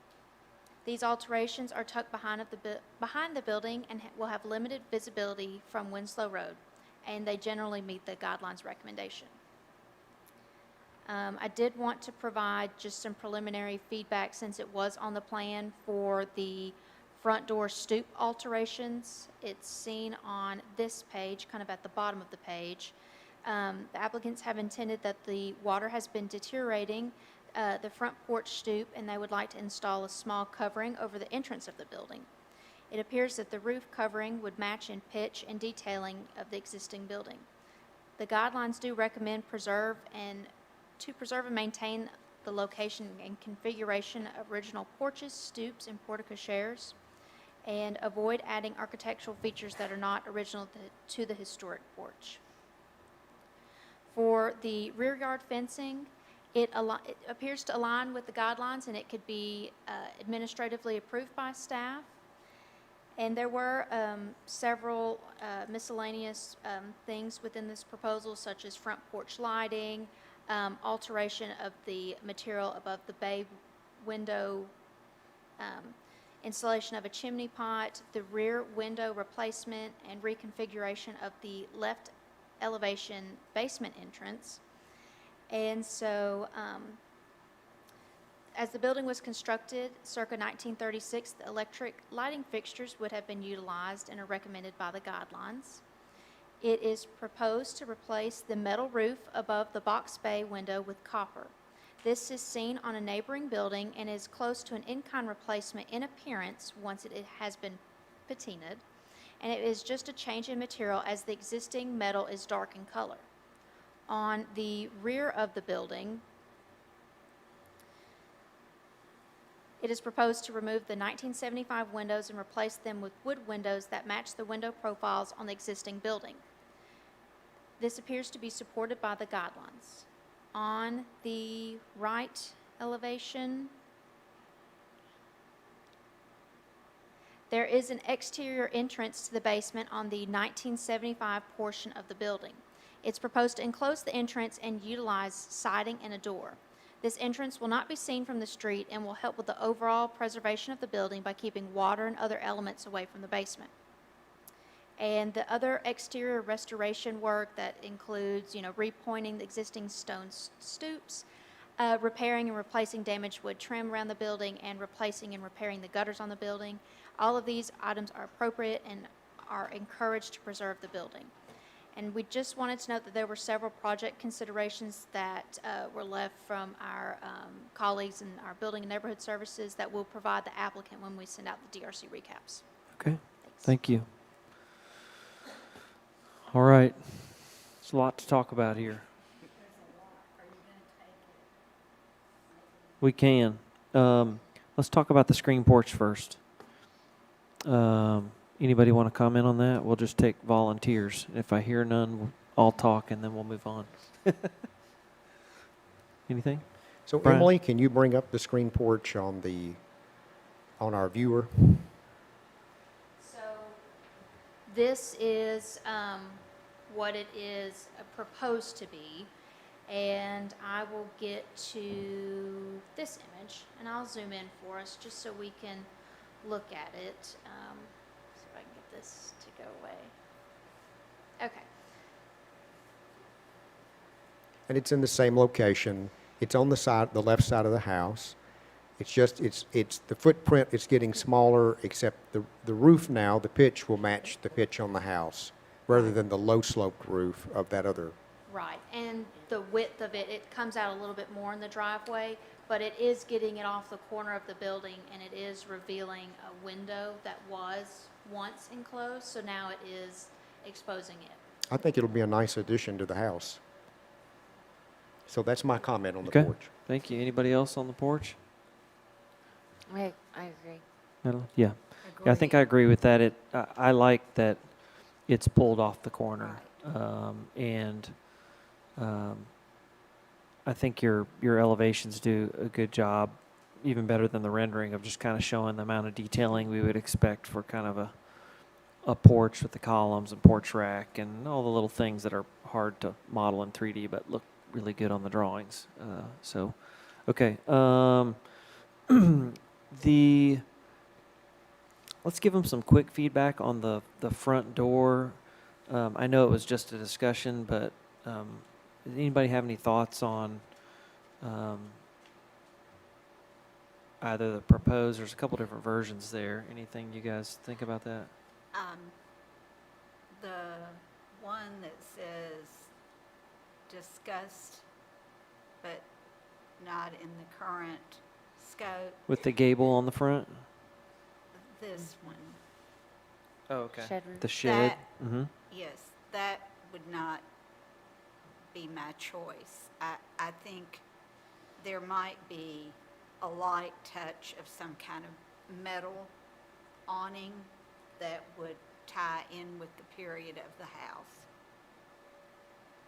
Okay. Anybody else? Brian? Yeah, well, I think it's tasteful. I think it works with the house. The part that we have to fall back on is the guidelines. And so it's a real tough sell because of the guidelines and changing the front. But if you could do something with an awning to accomplish something that might help you with water, shedding water, or helping with that entrance, that would be good. But tastefully, I mean, that, to me, that works with that architecture of the house. Yeah, exactly what Brian said is basically what was running through my mind is it's really tough to think that we would really change the front look of the house a lot. I mean, with that, and not that it's not appealing. I keep wondering if I'm looking at the sketched version there, specifically the side view. If that particular roof were a hip, is what it is today. It's a little hip roof. I'm not sure everybody else feels, but I think if you could elongate the overhang of the hip, so almost like what you've shown here, but maybe no bracket, which adds ornamentation, but it's just a deeper overhang with the same hip. I don't think at that point it's materially changing the overall look of the house as much as this does, but it provides you with at least, 24-inch overhang or something, which would be a lot of overhang, but now you've accomplished keeping the water off the door, and even then the guidelines may not even support that because it still is a change. I think guidelines do talk about canopies and awnings and things. So, but there's literally no space between the top of the door and the gutter. It's I've been looking just because of a need I had and by the way, I was looking at the one that said discuss not in current scope. Sure, When I yeah. was making my comments. But I have been looking at awnings recently where they don't require much space. There's a few. I don't really have a problem with this other. I think it's really pretty, but it definitely rendering. makes it look different.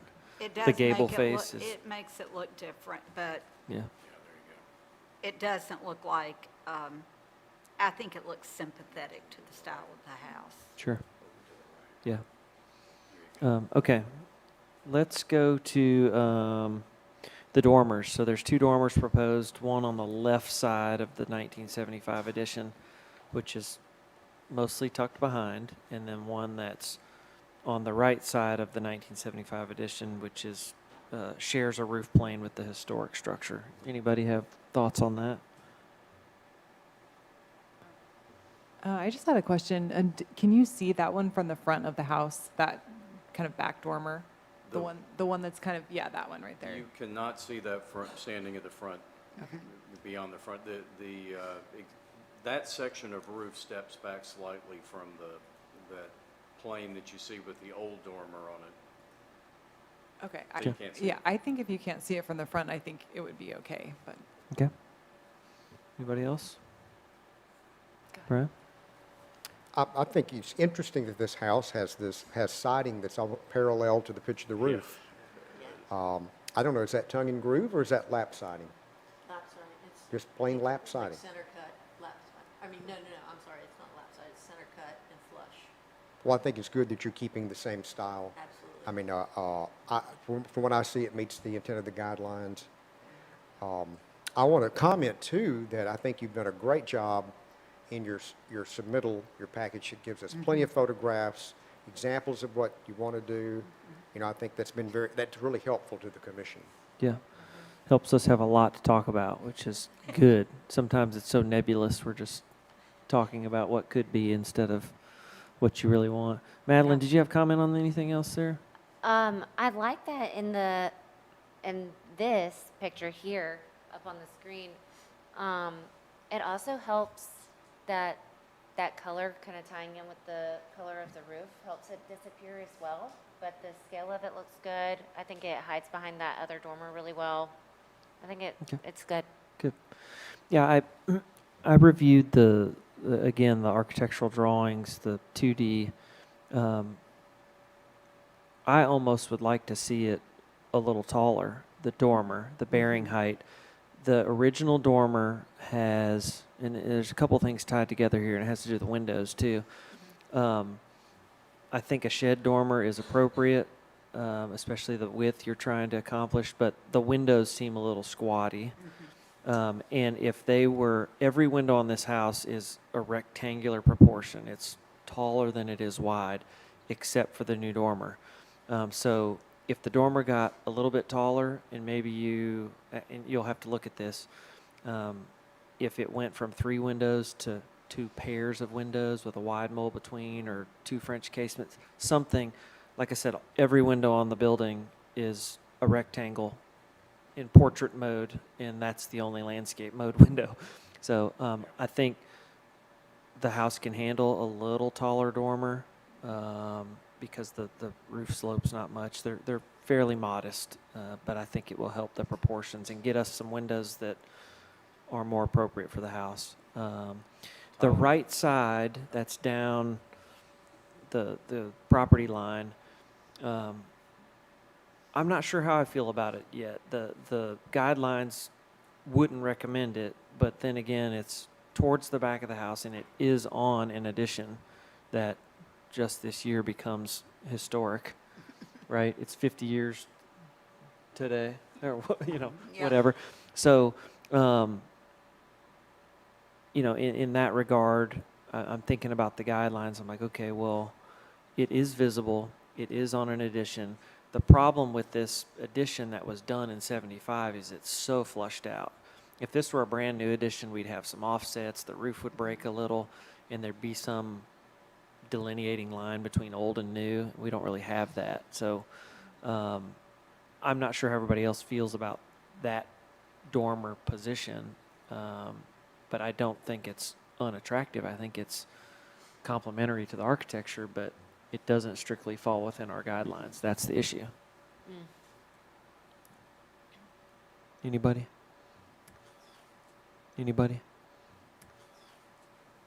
Feel the same? So do with that what you will.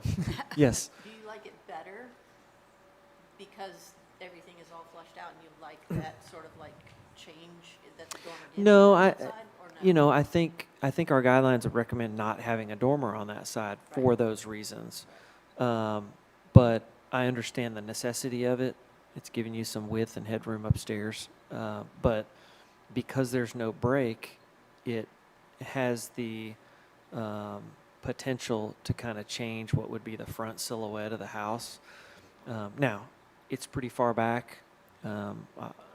I've talked to staff about this before. There's lots of other jurisdictions that have a 50% rule, which means when you get to halfway back on the house, now you can start doing things on the roof and, houses that are allowed to have side additions, it has to be past that 50% mark.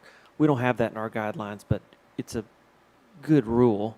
It's a good guide on, okay, maybe it's less impactful when you get that far back. So that's, in my mind, there's some rationale for, okay, maybe we could consider this because of its position being so far back on an addition that is just now becoming considered historic. So, Brian? Just another thought on the windows. So if I understand right, you're talking about maybe even making the dormers a little taller.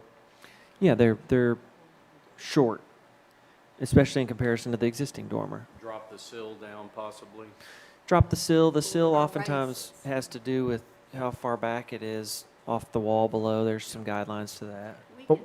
So we had looked at pulling it out 2 feet, which would get you a 5-foot window, and essentially leaving the head of the window exactly the same, but pulling it out 2 feet would get you full 5-foot windows. We could narrow the windows. Those there, we were basically putting above a bed, so it was kind of a high thing. But yeah, we have looked at that too. I don't know if One thing I would say about them, though, what they remind me of are single sashes. So rather than having the double put it in, you kind of have more of that look. So, but it's up to you. I mean, Yeah. I think that was a good point. And Yeah. I'd Yes, ma'am. also say, if you would bring the style of gutters when you come, if that's part of, Oh, and just say we're replacing it Yeah. with the OG. Oh, the style of the gutter. Okay. Yeah, if those are changing, that'd be nice to see. Okay, Did we, you- go did ahead. you- No, it's Matt? OG. Yeah, Emily, did I you don't think we have a mention- choice. But we can show that, but yeah, it's gonna replace with the exact same thing it's got now. Okay, That was one of the in-kind replacements, right? yeah. All right, so we talked about dormers, screen porch, the chimney. I can start us on the chimney. If the chimney has to get taller and you need more than a chimney pot will get you, if that's the case.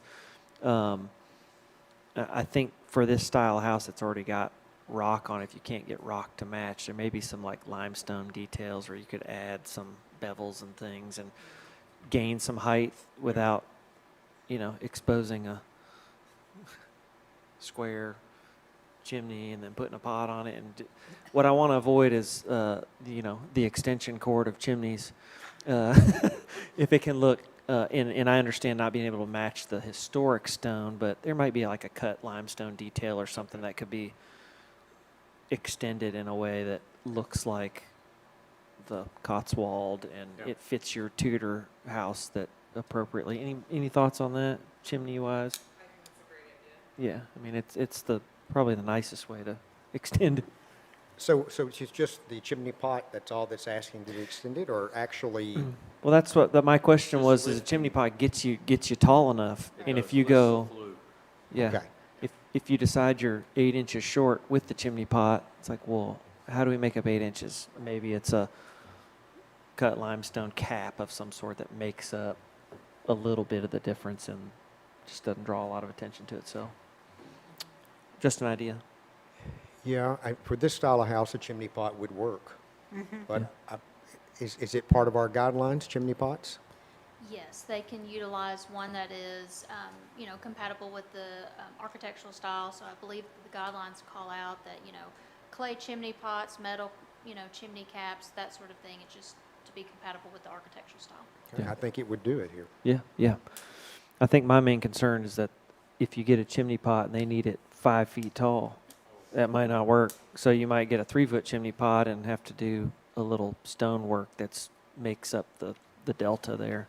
What are you Um, proposing? I mean, I see it on the drawing, and then I see the photograph. I think- The chimney looks taller in the drawing than the photograph. Yeah. You're hoping the Yeah, chimney I pot didn't does it, actually right? measure how tall the chimney was. Okay, I got you. Okay. You're hoping the chimney pot does it, Yeah, and Exactly. yeah. So, We'll have to- and you might have to get some more info when you come back for a voting meeting. Hopefully, we'll know exactly what we're asking for. And if it's just a chimney pot, great. If it's more than that, we want to just kind of know about it. Chimney, covered porch, talked about fencing. They talked about could probably be COA approved. I think what I've seen looks within the guidelines. Anybody have anything on fencing? Okay, and then garage doors. They're proposing the replacement of those. Did you say they were metal now? Yeah. Okay. Do we know how old they are? I would say 1980 vintage, maybe. Okay. If you look at the photograph from 2008, I think those are the same metal doors. They're uninsulated. They're just very simple metal garage doors. They're not historic. Okay. Any thoughts on the garage doors, anybody? I think they look appropriate. Are they swing out or do they No, they're roll up? coiling, or they're lifting doors. They're They overhead. don't coil, they just. Overhead. They're pivoting. Yeah. Pivoting. No, Oh, okay. they're on a track. Yeah. Oh, the new new doors, ones, yeah. I'm sorry. Yeah, well, they would be designed as carriage doors, but it would be unlikely that they would be active. Yeah. We haven't, that's right, we haven't entirely decided if that's going to be the case, because part of this is going to be the parking court inside that fence area. So we don't necessarily want to preclude someone, us, later, using that as a garage. So it may be that they're installed at, with some sort of mechanism to allow opening, but we would fix them at this point. Okay. Anybody else? Garage doors? I had a thought. On the rendering, I guess it's A2 2.1, where you were showing the screened-in porch. The garage there, the scale of the light pattern looks really large. Is this to scale? Are the windows, the light pattern, going to be that large on the garage door?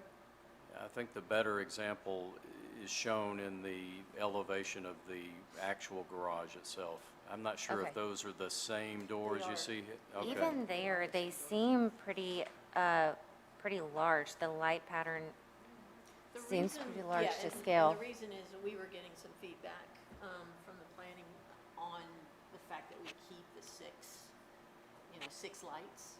Right. And that was kind of where we were coming from. And with the width of a 4-foot wide door, even with, I did make the jambs are like 6 for the, That makes sense. so yeah, it definitely is a wider, I think it's 1 foot tall by, I don't know, 8.5 Okay. or so inches, 8.5 Okay. or so inches.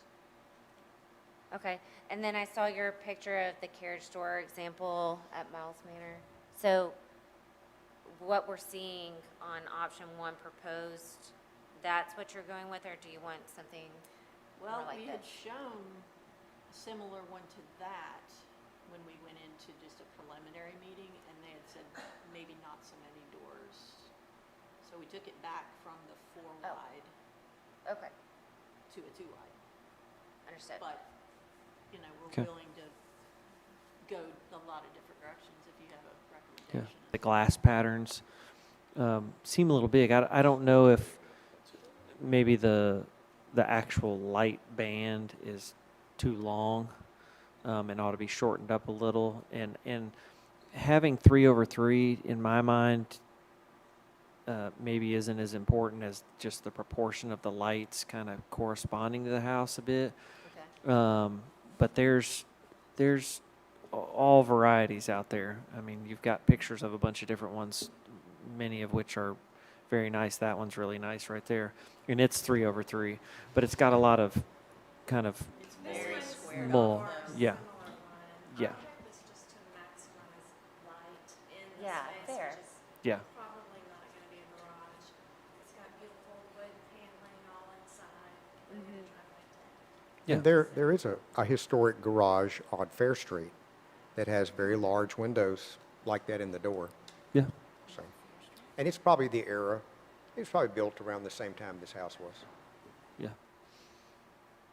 All right, so we've done garage doors, front door, chimney, Screen porch, dormers, fencing, the covered porch on the rear.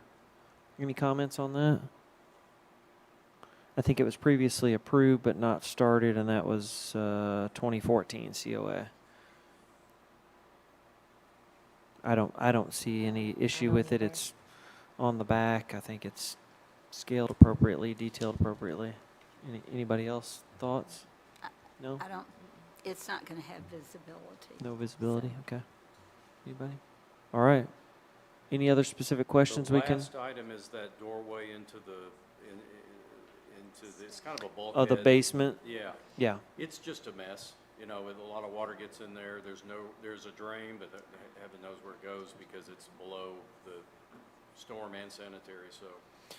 Emily, can you go to There you go. D 1.1 shows or a plan view of that. So you guys are planning to just wall that across Yeah. and put a door in it, and that's it. Yep. And it looks like the stairwell sticks out beyond the plane of the addition. Are you going to have to build an L-shaped wall to We're going to infill try to that? keep it flush. It does get into a headroom issue, but it's not a required access point to that. We have an Okay. interior stair as well, so that's a convenience, basically. Okay. We want to maintain it, but you might have to duck slightly, you know, to get down below that space as you go in. Okay. But yeah, we're keeping the door, try to keep it flush. We're going to have to look at that edge there and see if we can make that detail work without it creating a tripping hazard. Okay. But think more of an exterior bulkhead access point than a doorway to a basement, if that makes sense. Okay. Anybody? Thoughts on that? Well, Oh, yeah. do they have roofing material for the house on this? What's existing? Yeah. So it looks like they're looking for, you going to re-roof the whole house? Yes, we Yeah. are. So Yeah. it'd be bring that shingle right yeah. there. So bring that. sample. Timberline. And there's your light fixture to the right of the door. Mhm. Mm-hmm. That seems appropriate for that style. Yeah. There is one other thing, it's replacing the existing bay shingle roof with the new copper Right. roof. Mm-hmm. Flashing is an issue. The pointing of the stone in that area is a problem, and we didn't take any photographs of the interior, but the plaster is breaking, and, you know, it's a water problem.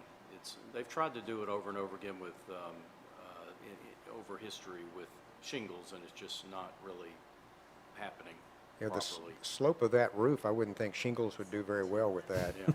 So I think metal, I could support metal Yeah, at that location. I agree. I agree on that. Yep. Okay. So, just out of curiosity, so we come back for our next round, what's the general feeling about the dormer that we're looking at on the right there? Well, What is highly visible? Do we think this is maybe not highly visible? I don't know that, I mean, you've heard from me, I mean, other folks can speak to whether they think that it's too visible or is not appropriate for that location or not. Anybody want to chime in on that? Holly? Is there a way that the angle of it could be made more like the angle of the dormer on the other side, or at least so the front of it is a little bit more symmetrical without having too many different? Can we pull Well, up the that? two new dormers do match in, is that the one you're referring to, or the? Well, the ones on the screen porch side, I think, look fine. The Okay. other one, when you look at it from the front, to me, it looks like it's just a little bit unbalanced because it's higher than the other ones, I think. I think you're looking at the rendering, the like photographic rendering, Okay. whereas that one was not as specific, but if you look at the Oh. elevations, they are exactly. Look Okay. at the rear Can you elevation. pull that one up that we just had? That I think it was from the front. Yeah, that one right there. Okay. So see how on the Yeah, right you can't is. see the other one back there. Yeah, That's right. So look at the rear Oh, elevation. I You'll be able see. to see their Oh, mirror okay. image of each other. They're exactly the same. Okay. This one right here, this one's existing. Oh. Yeah. Okay. Yeah. Okay. Yes. Then okay. Well, that was the one in question. But if it's already there, then I guess you're okay. Yeah. Did you have any thoughts on this left side one? which is, I- it's the right side when you're looking at the front, but on this The drawing, one it's on the there. left. Yeah, That's right. I think that one looks okay. Okay. When I look at page 2, where it shows entry stoop, and you're kind of standing at that side of the house, thinking, from plan view, seeing how far back it is, and then where the house next door sits, I don't think, and then you've got the trees, I don't think it's going to be overly visible. Okay. Mary, But say if something? you're looking Well, at then you've got that modifying angle. one, you might want to look at modifying the other. You're talking about when we were talking about changing Yes. some of the, Yes. yeah, I think Yeah, they would probably match. ought to be matched. But then Yeah. would that Yes. shoot us in the foot in terms of that would be even bigger and more of a visible? Yeah, yeah. I still think it's, It'll be pretty visible. I would be concerned about a dormer that's shaped like an eyebrow like that. Is probably not something you'd see on a house of I this agree. style. Now, we talk about change over time, all those kind of things. We see examples of it, but they're not original to the house. I mean, we have an original dormer on this house, so we kind of know that exposure out of the roof is a certain thing. I'd use that as a model, at least a place to start with, and do the same on both. And it, for whatever reason, so many new houses have that dormer right now that I think you're more sensitive to the look of it. Yeah, yeah. Did you experiment with the dormer with a hip roof on it, like the original dormer? Well, because they talk about a guidelines for the dormers being a 3 and 12, then if you pull out, then you have to go, if you go a different, I don't know, it was just kind of weird because if we match the 10 and a half and 12, I think, which is the typical, it was getting really, really tall. Yeah, that So, when it because hips, we're it's doing gonna, a because long they're dormer. wide, it'd be a tall hip. When I first saw this on just the drawing, you really can't tell, at least with my eye, that it was toward the rear of the house. So it really looked like it was interrupting in the very front. But this looks like it's, I don't know how far that is off the front, but It's really far. 20 feet, 40? Well, Probably at least 30 something, yeah. Okay. But actually, what's being suggested, to me, works in your favor for livability. So Yeah, why wouldn't you? Good point. sure. Okay, anything else specific?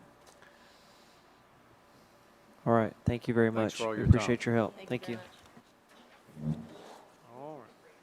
It's Yeah. exciting to see this house get It's a cute some house. long overdue maintenance. Let's take a 10-minute break, 6:15. Let's be back here.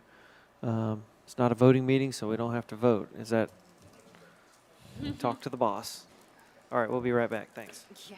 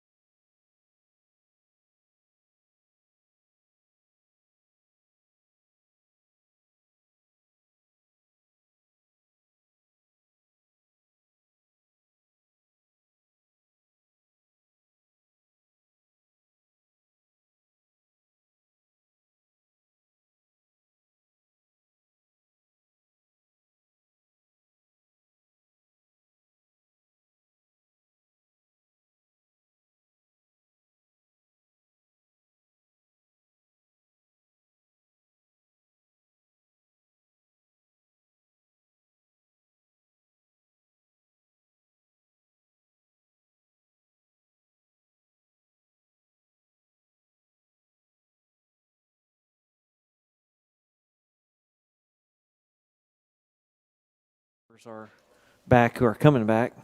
We had one need to go here. We might have another that needs to go shortly. Let's go to item number 5, discussion of siding alterations at 98 East Main Street. Tyler Ichien? How do you say that? Ichien. Oh man, I was close. You're real close. That's close. All right, if you want to give us a brief overview of what's new here, and then we'll go to staff. Sounds good. Thank you guys for your time. So I'm back here. As you know, I got a notice of violation for the paint that I did to the repainting the building. Based on the timing of when I got my notice of violation, I needed to come before the historic zoning for a vote to either get a new COA or remove the non-approved exterior changes.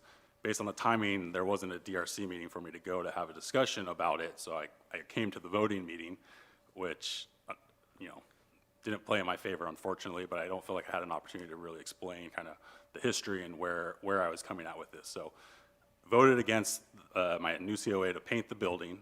So I'm back today to figure out what my path forward is. Tyler, you had mentioned you should probably come back to a DRC meeting.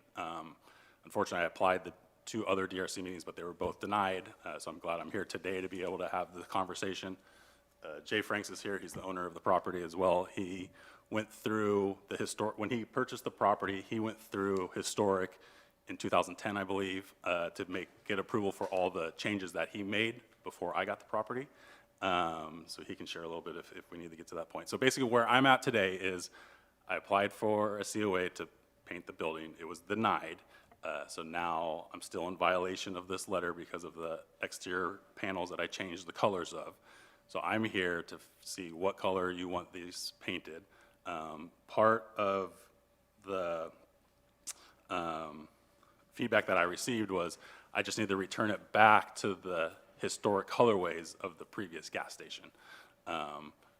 Referencing the article that Brian wrote, it should be known that, again, the gas station was never on this specific part of the property.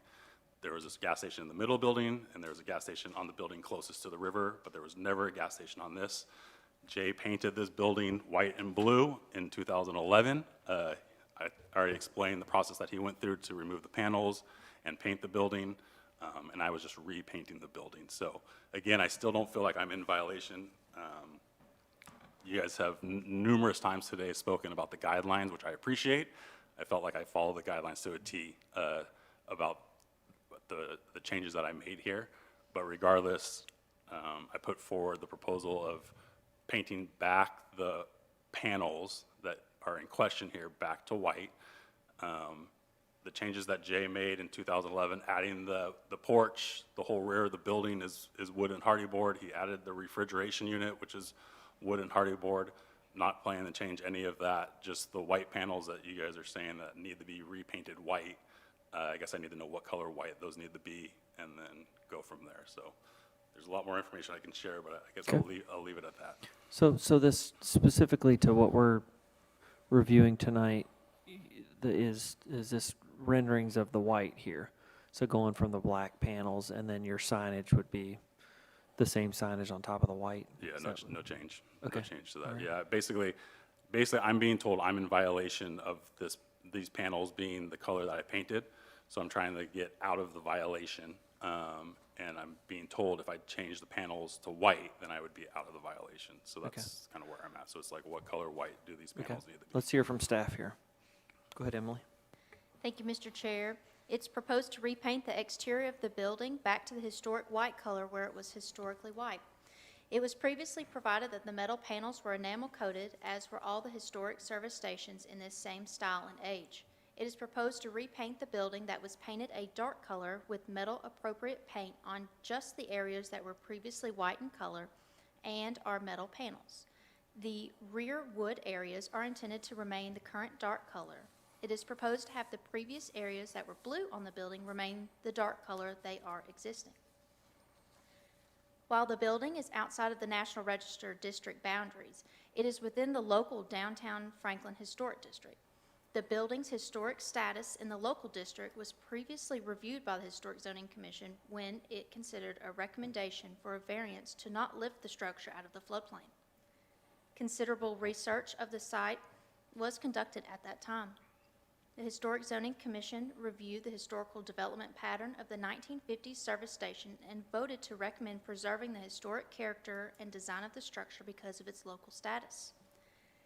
The provided plan of action has the metal panels to be repainted, not sandblasted to remove the underneath layers of paint. The guidelines recommend maintain metal finishes such as paint and keep metal clean. If repair is needed, use methods that allow features to retain their historic appearance and as much of their historic materials as possible. Honor the period of significance of the building by keeping any alterations true to its architectural period of significance, as well as those which have gained significance over time. Avoid alterations that make a building appear older or younger than it is. Further, the Secretary of Interior Standards reinforce that repairing masonry as well as wood and metal features may include patching, splicing, or other treatments using recognized preservation methods.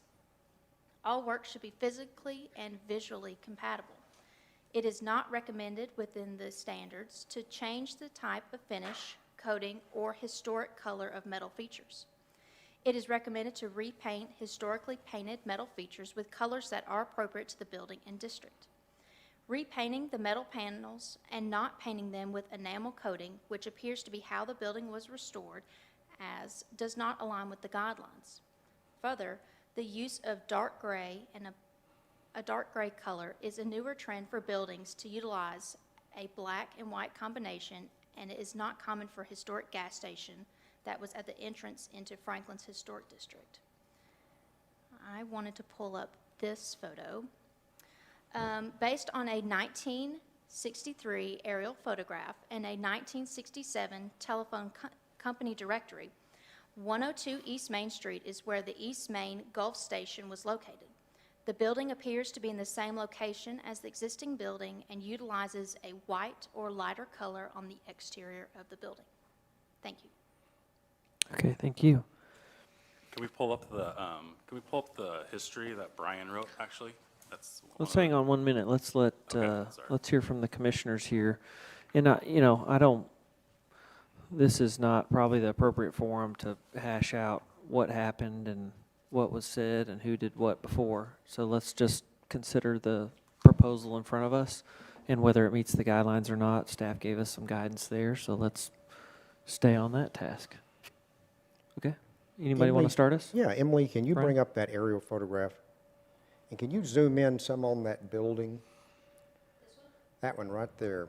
So it appears, not only is it a lighter color, which looks like white, but it appears you see those same two bays that we see in the current building. So my questions, first of all, to you, Mr. Franks. Yes. So whenever you remove that log veneer from that used to be the boathouse, what did you find underneath? We found these porcelain panels. But you found this building. So the building that we're referring to with the two bays. Yes, sir. So that particular building.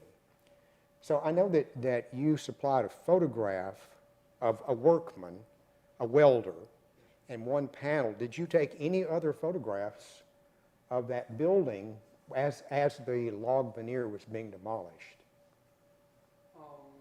Because I'd like to see that photographic evidence. I'll show you a few photographs, pass them around. Yeah, you can do that.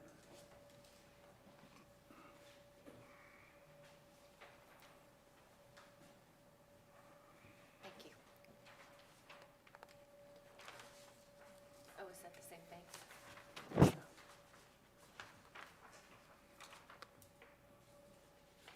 Thanks, sir.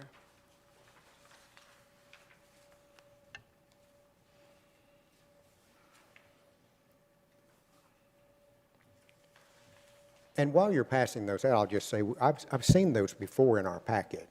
I'm referring to any photographs that you had during the demolition that would actually show the condition of the building and its colors. So if you have that, that would be great to supply the commission. These are the photographs I brought. So you only took those two? No, I took more, we have more photographs because I think I supplied them to you. Now, I haven't seen anything more than this one. Okay, yeah. Yeah, I believe we've seen this photo before. And so my next question to you would be, so previously, what we've seen, the building was painted white with a blue trim, and then you chose for the patio canopy to be blue as well. So what made you choose that color combination? Well, I thought I was putting back, I bought a Gulf sign to hang up in the restaurant. So you, at the time, you thought you were putting the colors, the right colors? Well, if it was, let me show you, let me start at the beginning right here, this upper left corner. Okay. That was when I bought the property, that is what we bought. And they had built various things, they put a sun porch, you know, those sun windows out on the, in front of those garage doors. Excuse me.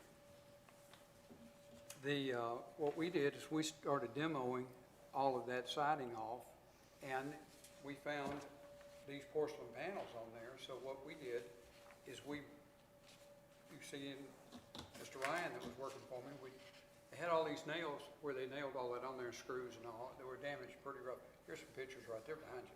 Okay, so these are the pictures of the condition at the time That's right. when you revealed it. No, these pictures are, Oh, that's the wood in the back. this is after the fact. This is like a year ago. Okay. So is that when these pictures are only a year old? These ones here, yes. These are my photos. I took these pictures. Okay. So that's all wood right there. Well, some of those are metal panels, and as you go down, you can actually see where that they are porcelain, and they're porcelain white and porcelain blue. So not all of those panels. These are current pictures, you know. These were, when I got possession of the building, that's what this is. Yeah, there's your nail holes and all that, so. That's where the sign was. If you keep moving down, you will see on one of the panels, you can tell where the blue is all the way to the metal. So let's go back to the condition of the property and what it was. So with historic research, you don't start with a premise. I'm going to prove that there was a garage there. You look to see photographic evidence, you look for deed evidence, you look for any type of public records that say what was there before. And there is public records and aerial photographs that show a station at that location, and it was called East Main Gulf at one time. Gibbons Gulf had been on the far side, near the river at one time. All that got demolished, and Gibbons Gulf was put back, not exactly in that spot, but where the building where you're located is today.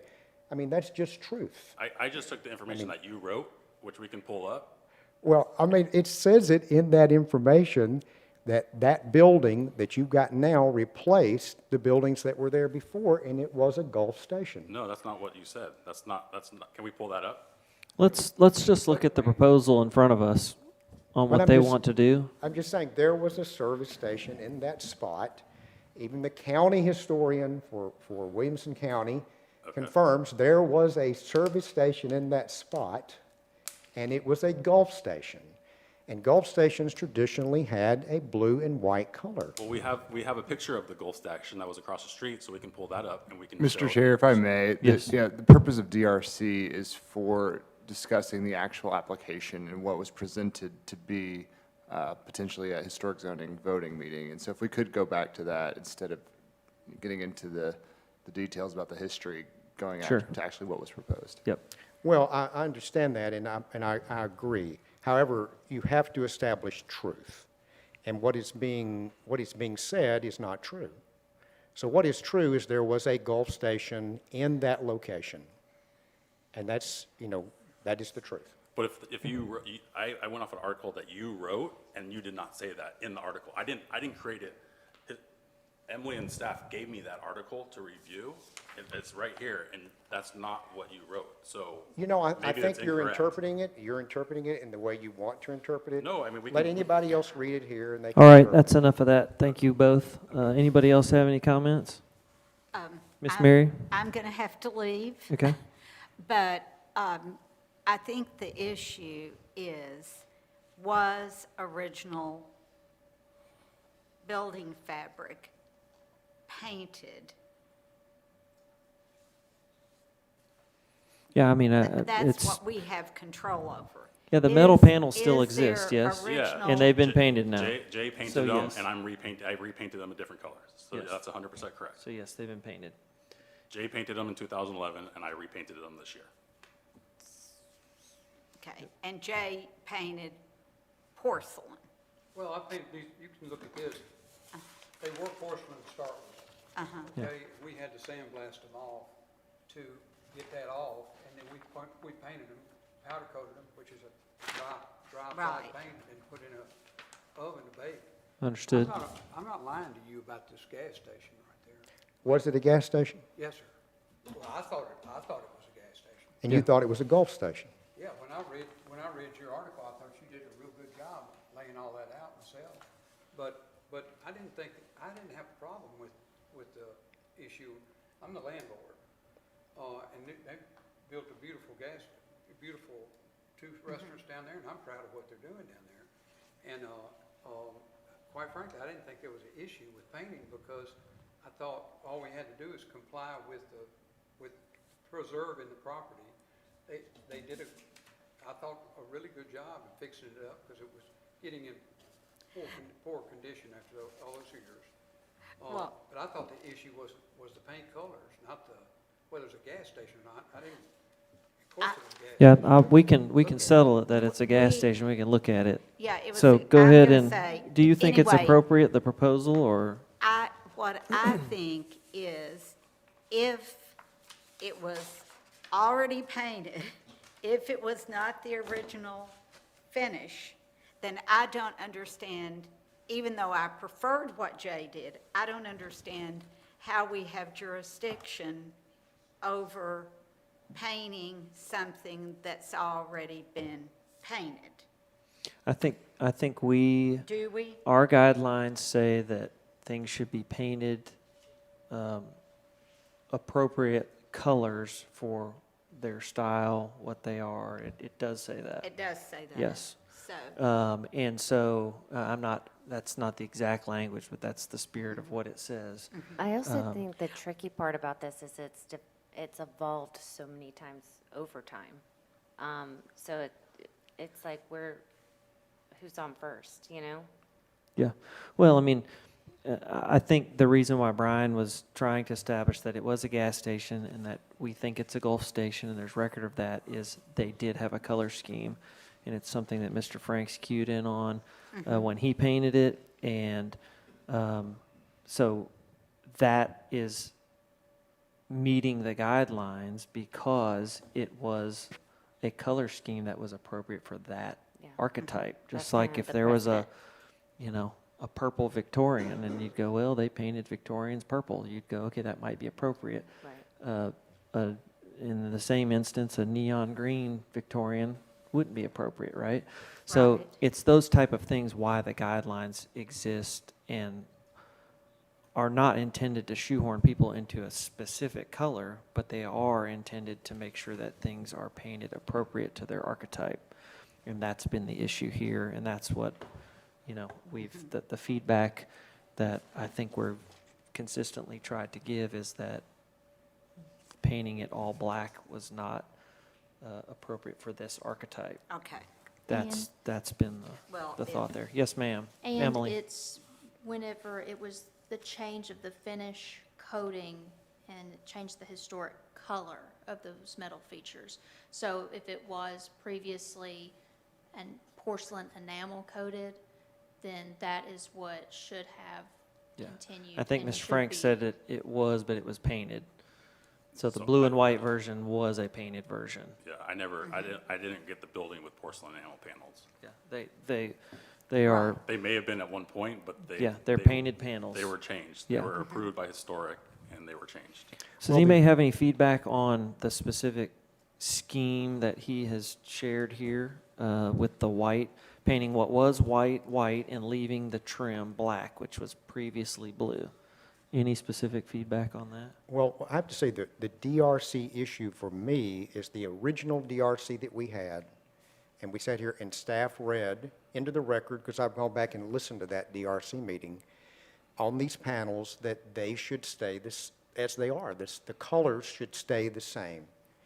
And then when the voting meeting came up, there was never any mention of actually repainting the building to a different color.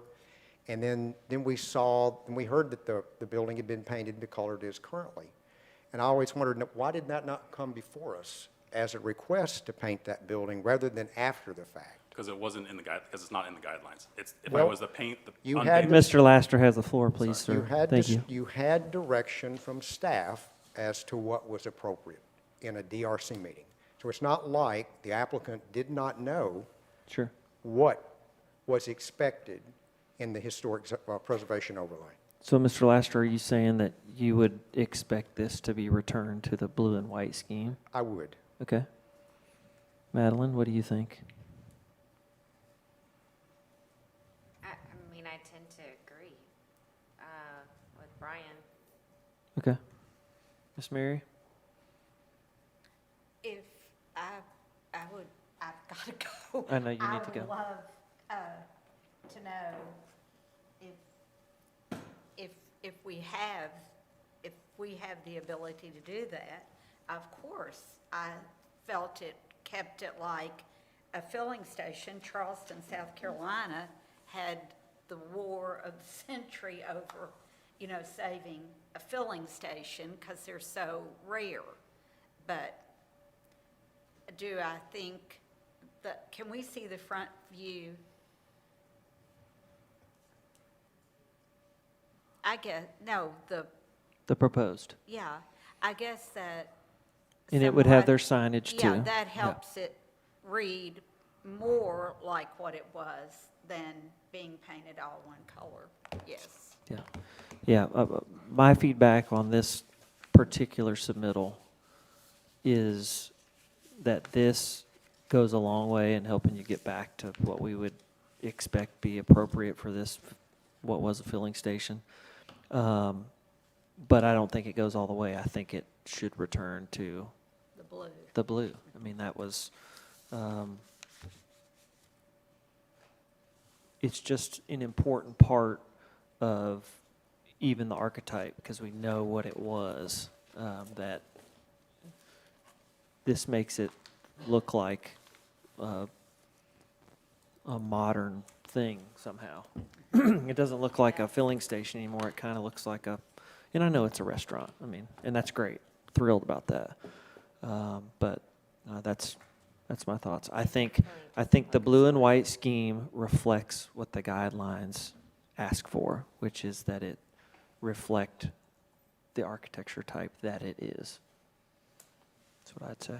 Now, I do have one other question, though, and I want y'all's feedback. Okay. Looking at the Gulf stations, they are the blue and white, but some of them are also the red and white. Would that be an option? I don't know. I mean, it's a good question. Brian had a good point. Maybe there's some photos of like the raw panels before you ever painted anything, and I'm sure they were beat to death by nails, but maybe you could tell like, oh, it was blue and white or red and white, or there's some Gulf that was orange, wasn't there? Yeah. That's why you painted it blue and white. Yeah. So the man who did it. Yeah. It was all that patio cover and all the metal around the top was, I painted it the color that metal was available in. So it wasn't Gulf metal. Yeah, because you had some new flashing and things that you had to, yeah. But it was blue and white. It was blue and Yeah. white, yes. So that's historic precedent. Yeah. Yeah, okay. Any other specific questions? So how do I move forward? Do I need to come back to a DRC with a proposal that's being blue and white? I think what do I? that's up to you. We can't really tell you how to proceed, but I think what you heard from the board here is that the majority of folks, well, the folks who are here today, believe that returning it to blue and white is in keeping with the guidelines. So you can send that in an application, or you can come back to DRC and get feedback on that scheme, but that's the feedback I think that we're giving tonight. So it's truly just color, changing the color of the building. I think everything else is, we approved the signage, that's not changing. There's no new openings or anything, no changes to the architecture, right? No, it literally, I I mean, just that's, painted and, a different color. and in terms of the notice violation was only for the paint color, is that correct? There is another violation for the fence, but that wasn't submitted as part of this application. Okay, understood. So for this, our feedback's for the building, Okay. of course, so. All Thank right, you. And thank you. and guys. before you go, even though we're saying you paint the building, I think you should probably consult with staff about which color, the actual colors that they're going to be painted. Yeah. Is that good? Thank you all very much. All right, item number 6, discussion of alterations in addition on a principal structure at 728 Fair Street. Amanda McCreary. Good evening. Feel like we haven't seen you in a while. But here I am. Hey guys, so we're doing work at 728 Fair Street. We did a project at this property before, and it was all interior renovations. We didn't do anything with exterior. We did come before you guys for a few DRCs about some dormers on the front, but we chose not to pursue that. But from that standpoint of that phase, it was interiors only. So what we're looking to do now is two main things. Is one, we'd like to change the metal roof to a new metal roof. It's in need of repair, looking at doing a dark bronze. And then the other aspect is there is a rear addition off the back that we've kind of inherited that's there currently. And we are looking to get it closed in and more in keeping with the guidelines from a historic standpoint. You can see from the photos, the window and the fenestration pattern isn't what we would do if we were doing this starting from the scratch. So we'd like to change some of that and get the addition kind of closed in under the existing roof. We are not looking to expand the existing roof line. Everything we're looking to do is underneath the existing roof line. And where you currently see deck and lattice work, we are looking to close that in with the CMU foundation and get that weather tight and structurally sound through there. The other thing you'll see in our proposal, I'm calling it an option at the moment, is we are pursuing the idea of looking at a dormer on the left side of the second floor. There's an existing room up there in the bonus room inside the pyramid. That's what I've come before you guys before when we were looking to put dormers to get some natural light and some egress of some sort out of that space that's existing. And I do think we may be able to achieve it by doing a small dormer off of the rear addition that's existing. At this moment, we're calculating to see if it's feasible from a construction standpoint, but would love to hear your thoughts from an architectural standpoint. Okay. Thank you. Emily, you have some staff comments for us? Yes, sir. So the building at 728 Fair Street is noted as contributing within the National Register Historic Preservation District. It appears that recent work has been completed and has not received a COA or building permit. Information on the rear, including the alterations and a potential rear addition, will need to be provided at a later date. But the proposal today is to infill the rear portion into two locations, install a dormer on the left elevation, replace all of the existing roofing, install new windows on the left elevation, and construct a new rear deck. So for the addition, since it is unknown if the addition size is appropriate, staff will weigh in on the location and the details. The location is appropriate on the rear of the building, and changing the windows and doors to be a similar size as to what is existing on the building is appropriate. More information on the size, materials, and design is needed. The detailing on the rear door should be compatible with the doors on the building, and with the window light pattern may need to be altered to align with the guidelines. For the dormer placement, the placement of the dormer on the left elevation appears to be tucked behind the main form of the building and is lower in scale as well. The guidelines recommend placing dormers on the side or rear facades and to fit with the architectural style of the building. For the roof replacement, the guidelines recommend preserving historic roof forms and materials. Roofing selections on main and other visible facades should remain unaltered. If partial or wholesale replacement is needed, use materials whose composition and appearance match the historic materials. The existing roofing is green in color and is considered to be the historic roofing material. A new roof in a bronze color does not appear to align with the guidelines. For the rear deck construction, the guidelines recommend placing new decks on rear or obscured facades with minimal visibility from the street. It also recommends using wood materials and simple wood rail designs with square balusters. More details are needed to understand if the proposal meets the guidelines for material, but the placement for the deck does meet the guidelines. Thank you. Okay, thank you. All right. Anybody want to start us off? Can I make a note real quick? Sure. That rear door is not supposed to have grills. That is a... No grills. No. Noted. I can start and then circle back.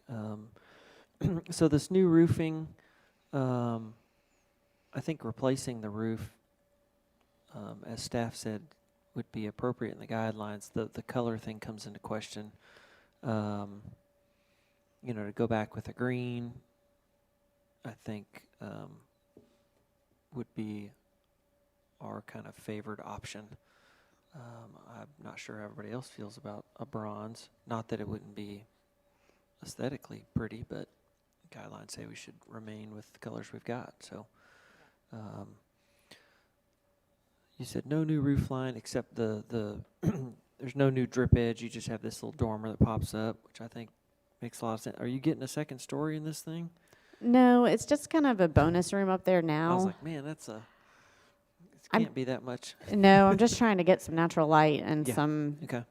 some semblance of I think it's in the appropriate spot. window. and- There's an existing loft up there. If you go to the second floor, it's actually pretty interesting that that den has a loft in it that's in that rear addition. And then there's an existing they use it as a bonus room that's at the top of the stairs of the historic pyramid. So I'm trying to connect the two Yeah. and pop some natural light in there since there's no light in the bonus room. Okay. And then the only thing I'm wondering about, and I don't know that it's all that important for what we're reviewing because it's not visible, I don't think at all, but this CMU foundation under the deck is, I just keep thinking about, okay, you've got this block wall underneath a wood deck that's open to just the elements. I'm like, that's kind of a Typically, we odd do thing. a Trex rain escape or something underneath Okay. it to get the Okay. water out. We've done it several times before. We've also Yeah. filled it with gravel and have done concrete that slopes to drain, Sure. and then done wood sleepers on top. So Okay. from the aesthetics, that was a request by the homeowner. She was looking for as little maintenance as possible. Yeah, I think if this were somewhere that's more visible or on the front of a house, somebody was trying to do it, I'd go, no, it's just not, you don't see it historically. We see like a tongue and groove wood deck, Right. but it's usually covered. Right. So it's just kind of an odd thing, but it's on the back, so I'm like sort of indifferent to it. I'm like, nobody's gonna see it if that's what y'all want to do. Feel free. Anything from you all on any of these items? I agree with the roof staying the same color, and yeah, the dormer looks good to me. Okay. Brian? I think color-wise, I mean, you're probably going to have a hard time matching that color. It's going to be more of a green. It Kind is. of hunter green or, It's more like Harlansdale green is Yeah. what's available at the moment, not, well, and They don't make that sagey color. Now, or that almost kind of looks like turned copper almost. That's what, okay, so here's my spiel. You've heard me say this before. Historically, metal roofs would have been turned metal or copper. Now, the age of this house is questionable. Was the original roof turned metal copper that got painted. But that's not something that we do anymore. We don't paint metal roofs because it just doesn't last. So that's why you buy them pre-baked. But I'm curious to, I might dig in a little bit more, see what I can find. Doesn't this have metal screws? Isn't this held down by screws? I believe it is, yeah.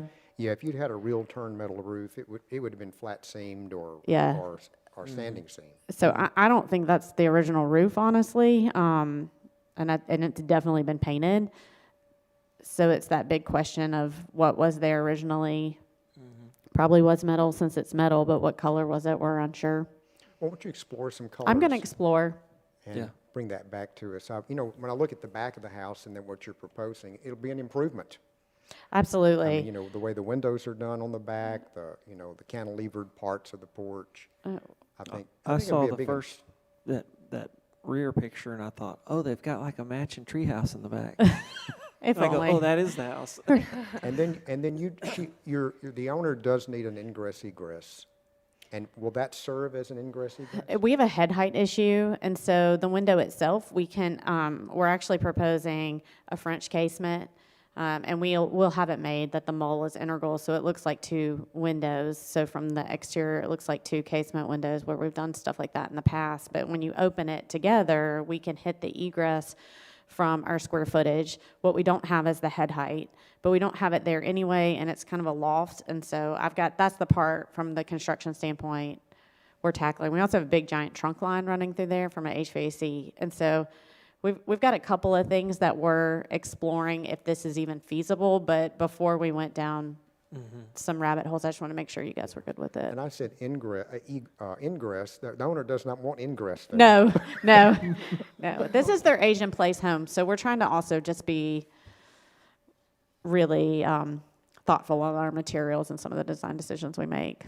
But I agree with you, Brian, that it does kind of give that, maybe there's a little research to do, like you mentioned, of what may have been there previously, but it does kind of give off the patina copper. Maybe that could be an option.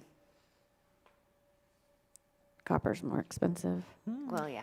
The dark bronze is the, pennied coppered look, and so that was one of the reasons that's the one that we like, is because it does have that, when copper goes penny as opposed to copper goes patina, it's that dark, rich, dark bronze look. Yeah, it's so painted looking though, still. Yeah. It is. And this, I don't disagree with that. That green that's on there could have been a lot richer at one It could have point. been. Who knows? I mean, they all chalk out a little bit, even the bronzes. Yep. All chalk out to some I'd extent. be like, hey, can I Takes go a on your while. roof? I'm going to take a piece off and do some forensic analysis, see what I can find. Yeah, my favorite color is patina. I know. Have you ever been to the Finnish embassy in Washington, D.C.? No. Look it up. Okay. That's your homework for tonight. Now, when you're in the attic, can you see the underside of any of the panels? No, because not it's on all purlins or anything. No, because pretty much all of it has been finished out because of the space that's up there. And if it's the type that's screwed down, they've got potential for leaks. Yeah, that's true. All roofs can leak. Yeah, especially, but if you have a penetration through them, you have more chance of leaks. There's beadboard in the back half and the ceiling, and then the front half is the pyramid's pretty much finished out. Okay. All right. Anything else, y'all? Any Thanks, other y'all. specific? No, I'm Okay. good. Thank you so much. Have a good evening. Look up the Finnish embassy, Washington, D.C. Okay, we'll do it. All right, item number 7, discussion of addition on a principal structure and alterations and an addition to an accessory at 1008 Fair Street. Jacob Lane is the applicant. Welcome back.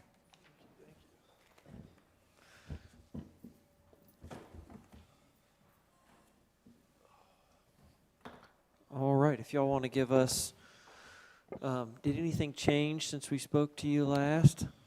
If you want to give us a Yes. brief overview, just go ahead and start where you'd like. So the main change we made was to that rear den extension. We brought that down below the ridge line. We were really trying to get 2 levels of living space back there, but due to that existing ridge line, it's just so hard to get that. And so we decided our main goal is to have a den extension in the rear that looks like an enclosed screen porch. And so we changed that to a little bit taller ceiling for that den extension on the first floor instead of trying to cram 2 levels in there. We still have that dormer on the side, which I'd love to talk to y'all about and get your opinion on. Our hopes are to get some storage up there. There's an existing attic, and so that will just allow us a little more head height for storage up there.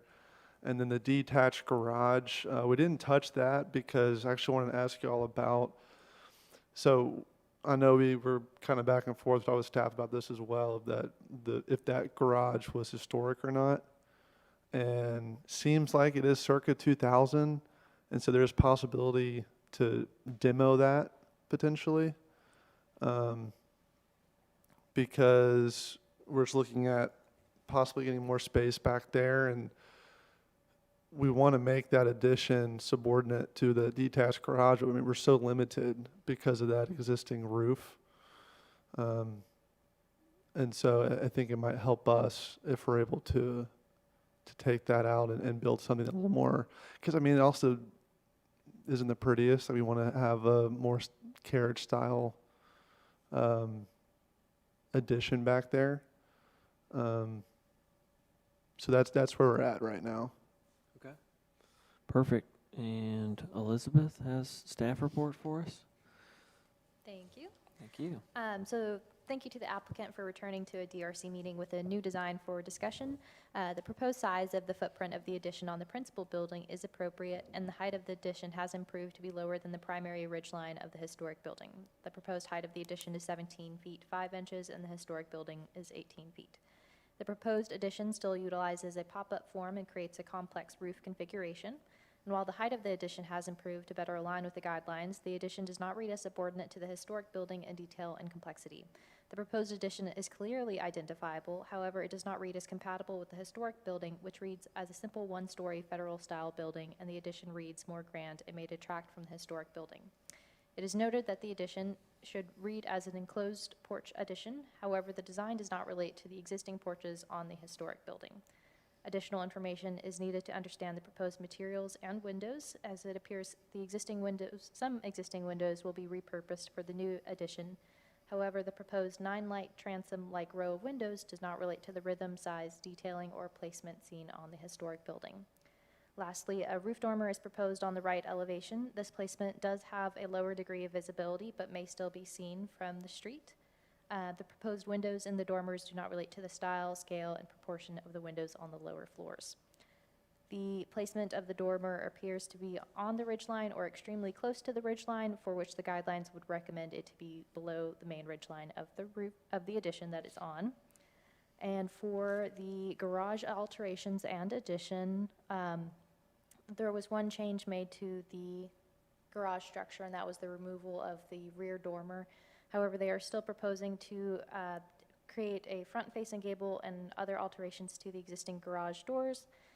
The proposed size of the accessory structure with the addition would create a 1,186 square foot footprint, which is 46% of the principal building and creates 17% of lot coverage, which is all within the guidelines for size.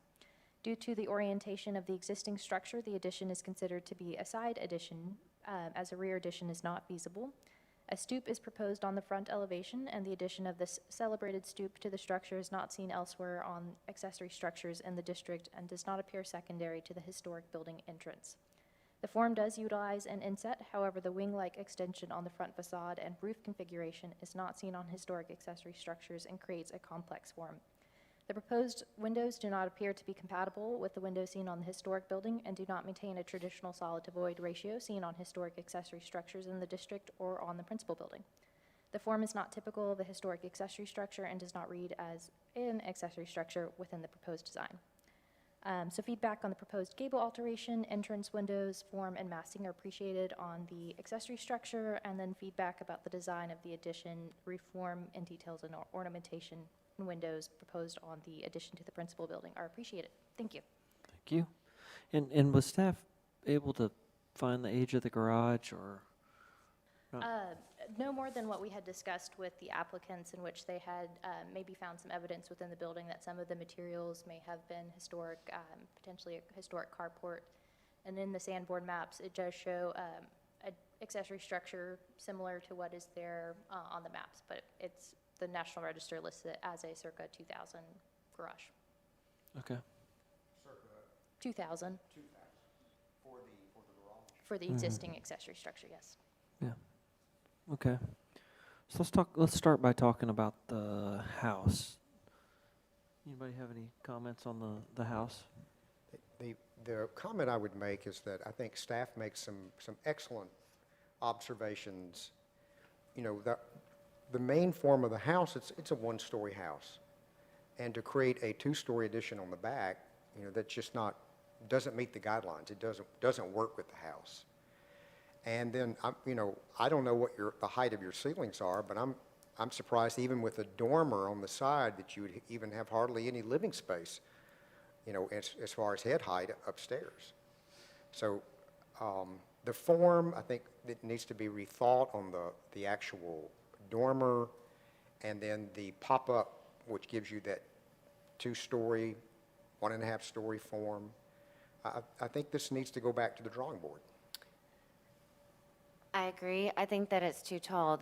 The picture on the left, bottom left here, that house is just much taller, so it can handle the sizing of that. But looking at, I think it's page 6, the bottom right, if I'm seeing this correctly, it's kind of the bottom right and the bottom middle, I feel like would be more appropriate between those two, almost acting as like a historic addition, a hyphen between those two gable roofs. I think that would be more appropriate than, it almost just eliminate that upper window section. Yeah, it's just too tall. Okay. Yeah, the side dormer, that's this kind of eyebrow dormer, you know, is the placement, because it's behind the front roof, is not terribly problematic, but it is going to be visible, but it is a shape and form that is pretty uncommon to an older home. It's just not a shape that we would see. And then I agree, this back portion, I think if it could be simplified in a way, and it is reading as really tall now, and I'm not convinced you can't find a little extra height, but it's probably going to produce itself in some type of trim detail or something. So if the transom windows go away and there's maybe a 2-layered kind of frieze board that goes up to your soffit, you might get a little bit of extra depth there. But I could see it kind of coming down, and maybe it doesn't even have a pitched roof on it, because I keep looking at all this roof gymnastics that's going on, and it's getting just really busy from a form standpoint, and I'm glad it's not my job to figure out how to get the water out too. I mean, it's like a serious, that's your department, but it's just a lot of parts and pieces, and it's getting very, very busy. And then, you know, when I look at the back of the house, there's some historic kind of these 2 wings that come out, and they're totally dominated by this new addition. And while I think it'd be a beautiful space, it's not doing the historic house, you know, any favors. It really is dominating the whole back of this house, in height, in width, in transparency, all of the above. So I think where you're headed, in terms of, you brought it down, appreciate that, but I think it needs to come down a little bit more, and then it just needs to be detailed a little more simple. I like the idea of it being an enclosed porch of some sort. I think that's a good narrative to go by, but even a porch wouldn't have been that tall. It would have been the scale of a porch that was enclosed with glass, and I think that's where you need to head with that. Yeah, I think I would think that way. You know, if you were going to have a porch on the back, where would that porch be? And what would a normal porch, you know, of this era of a house kind of look like? And then around that, fashion how you would look like over time you'd enclosed it. If you did that, I think you could get something more successful.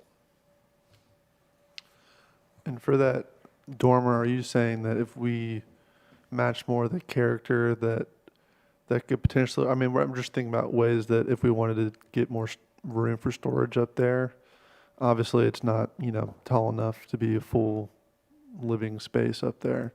But is there any potential to have a dormer up there, even if it's, you know, if it matches more of the character? Or I don't think it's in the right place. Okay. And, you know, we reviewed one earlier that had some more height Yeah. on that particular face of the roof. The existing had a little more hypotenuse, for lack of a better term. It just had more run. Yeah.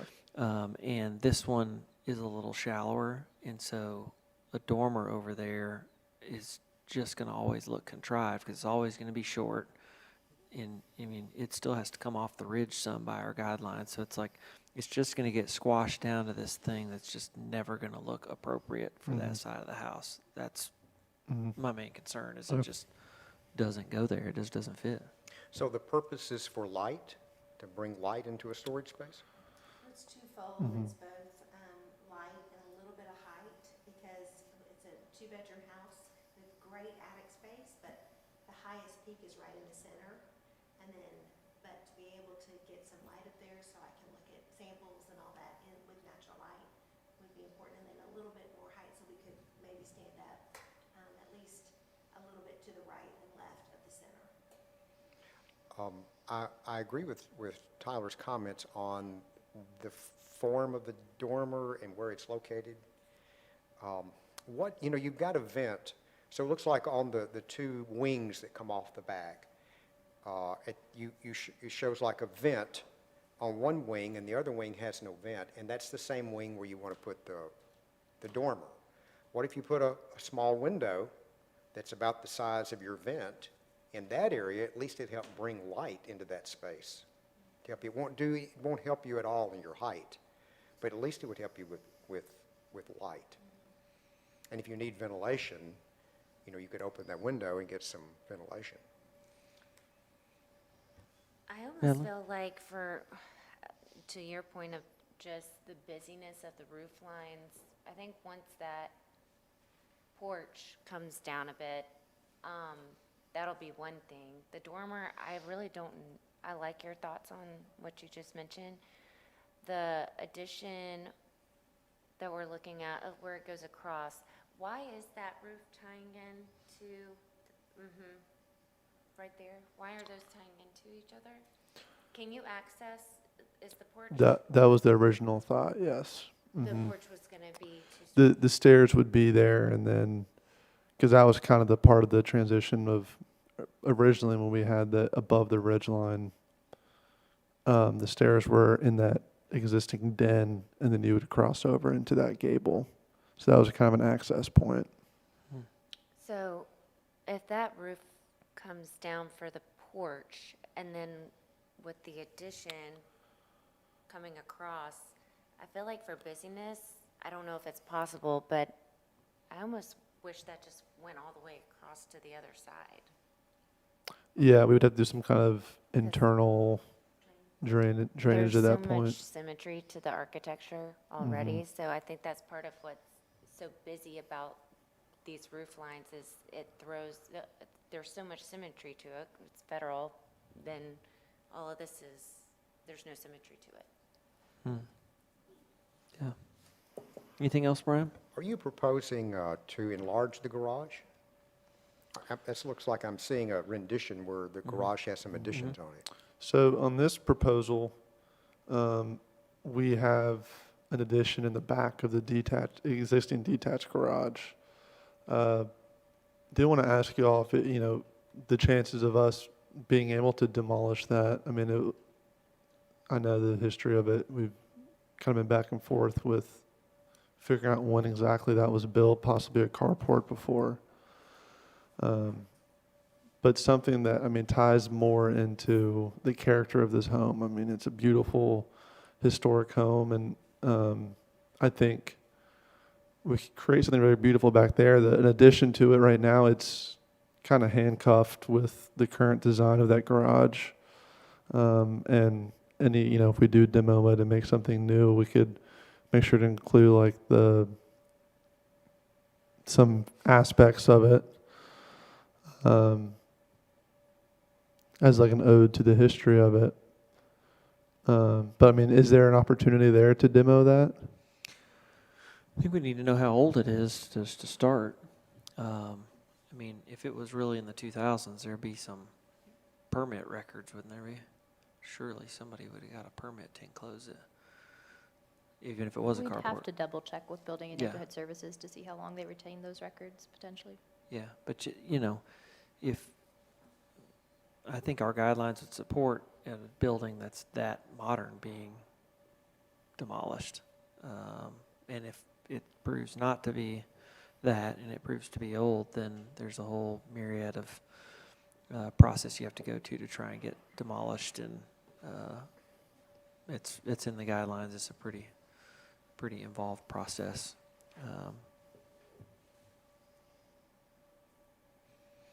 You want us to comment on this version of the garage?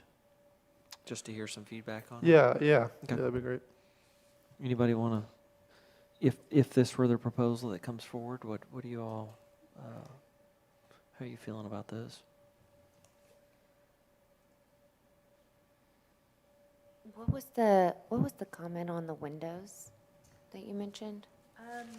They do not relate to the pattern of solids to void ratio seen on the principal building or on other historic accessory structures. So it's a different configuration, and it's not commonly seen on accessory structures. Yeah, the existing house has a few different types of windows. There was some kind of, I don't know when they replaced some of those windows. How old is the original house? Has it been meddled with? Yeah, I was like, the front is not 1883. Yeah, it was historic. I think I mean, it's got components of that. it was a duplex at one point, and the back wings weren't really both there up until the 1950 Sanborn map. The wing on the right was much reduced, I think, back towards where the kitchen was, and they had the breakfast nook addition in around 2008. And then the infill in the middle, too, eventually came around. But the left wing and the front primary ridge were historically always there Okay. from Sanborn maps.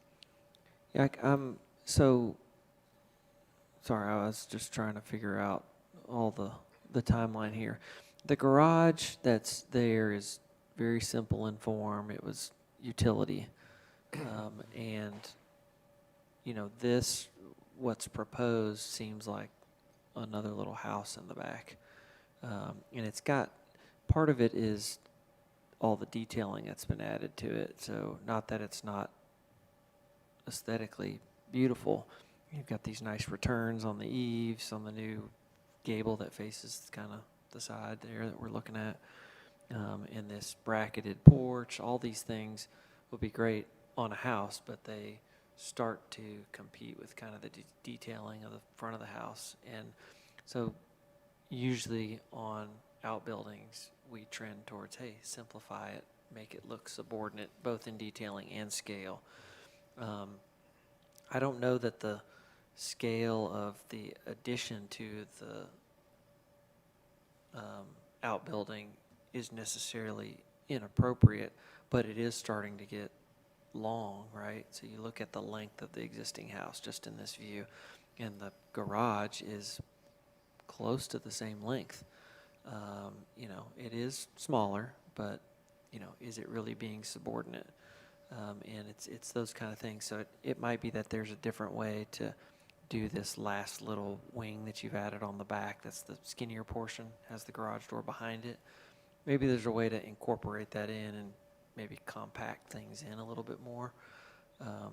and then take the detailing down a notch. Maybe it just has a roof extension that comes out over the brackets instead of a little gable over the door.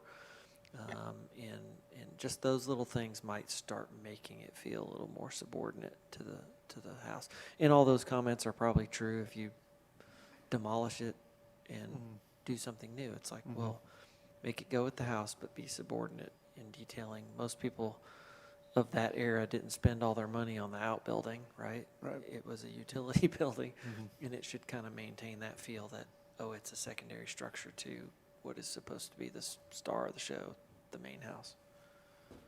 Right? Yeah, I agree. There's, if you look at the elevation view, proposed left elevation in the existing house and the garage, there seems a little bit of a disconnect. I mean, I think there should be something that kind of pulls both the main structure and the garage together architecturally. I think some of that too, tying in, is just being subordinate, but also making sure to carry over those light patterns for the windows and the door style, kind of keeping some of those things consistent to the style of the primary structure would be helpful. There was something else. Oh, I was going to say, if you have I know we don't comment on interiors, but it could help us understand your decisions for the exterior if there's a floor plan. Yeah. I didn't miss that, did I? Yeah. And the windows, staff specifically called out windows on the outbuilding. There's, looks like a bunch of casements. There's the little eyebrow windows that are like clerestory high windows. Those are just atypical for historic structures. So going with something a little more typical. I think our guidelines specify double hungs for almost all our windows. You've got a mixture on the existing house. It looks like you've got some double hungs. Are there some casements on there existing? Believe so. Not sure. Yeah, having the appearance of a double hung window is also appropriate. Yeah. So Yeah. So if you have a casement, it looks like a double hung, which is The den extension. usually an egress thing, not something we go to automatically. If that makes Yeah, sense. we wanted to, on the rear, reuse those existing den windows.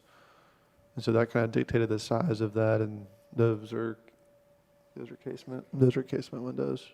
In that center section that's existing. Correct. Between the two wings. Okay. Yeah, and I think, on the back, that makes total sense. So you're going to reuse those windows and kind of, you're going to use those in the garage or in the new kind of enclosed porch? New enclosed porch. Yeah. And then get more that kind of match that scale, all that. Sure. Yeah. Yeah. Okay. Anything else? Anybody? Hopefully that gives you some feedback. Did you have anything else specific? A couple questions. Okay. So, this addition's at the very back of it, and the way the house sits, you won't be able to see any part of it from any part of the street. So I just wanted to make sure that was clear. Really, the only people that will be able to see it is my neighbors on both sides, and then maybe my rear neighbor, but there's a lot of vegetation and stuff. So maybe that helps a little bit because it's not affecting the historic part at all. Oh, sorry, can you hear me? Because it's not affecting the historic part of the house. So I wanted to get your feedback on that part of it. And then I wanted to make sure that I was really clear on what you would feel good about.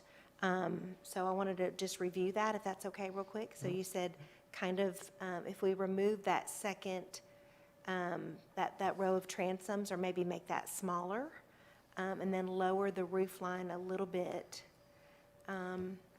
Is that right? Those? Yeah, I think you heard maybe taking the transoms out, and I think the best feedback I heard was really working backwards as if it were really a porch. Like if this were a porch bump out, like columns, and it was just open, and you decided to glass it in, what would that look like? And it wouldn't have that additional height. It wouldn't have any transoms probably. And I think that's what I heard consensus on up here. And just to go back to that, so the interior ceiling height is, I think, 11 feet, whereas the center section that's been added onto is only 9. So I kind of wanted to get back to that original 11 feet. So that's kind of where this idea came from. That felt more historic to me because it is a one-story house. Yeah, I think it has to do with that window patterns again are really dominating the back. So I think I mentioned you might be able to do some like double layered trim details to get up to your eaves and cheat it up a little bit, but you know, it may not be 2 feet.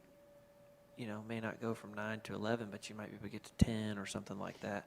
That'd be something your architects can help you with. But right now, it's still reading as too tall. And part of it is all this eave lines. If you look at the eaves all around the house, and then you look at the eave for the addition you're proposing, it's several feet higher. And so that starts to, again, kind of dominate that facade in being too high.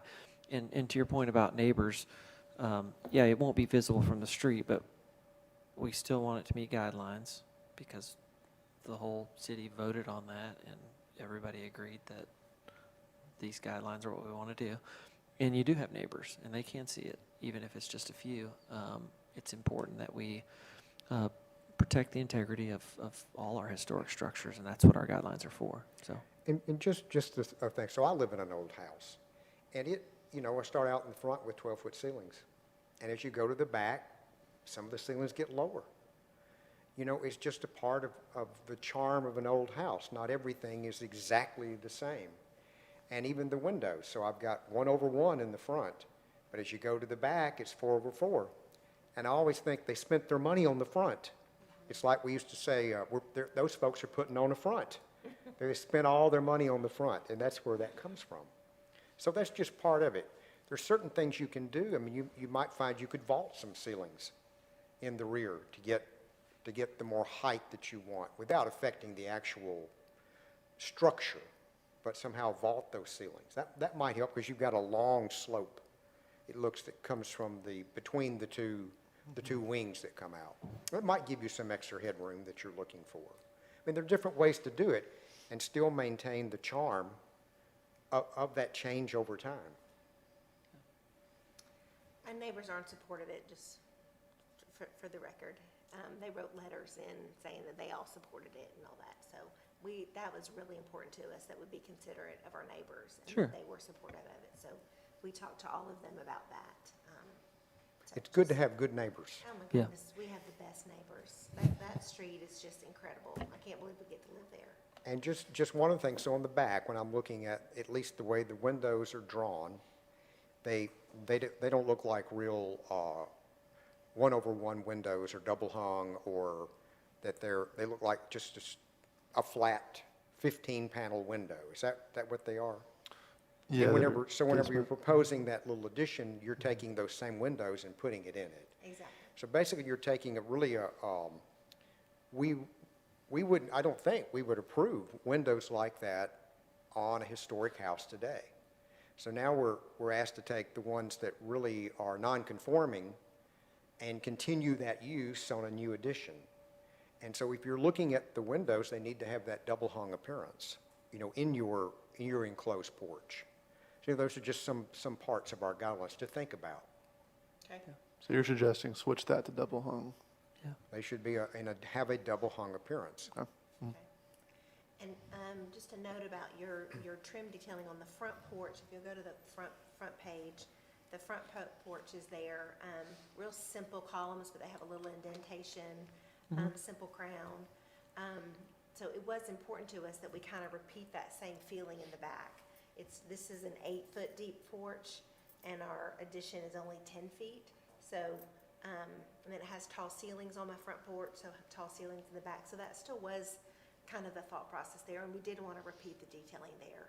It's probably just not clear on the window pattern, but that's what we wanted in between the windows. And I'd like to go back to my front of the house, back of the house example again.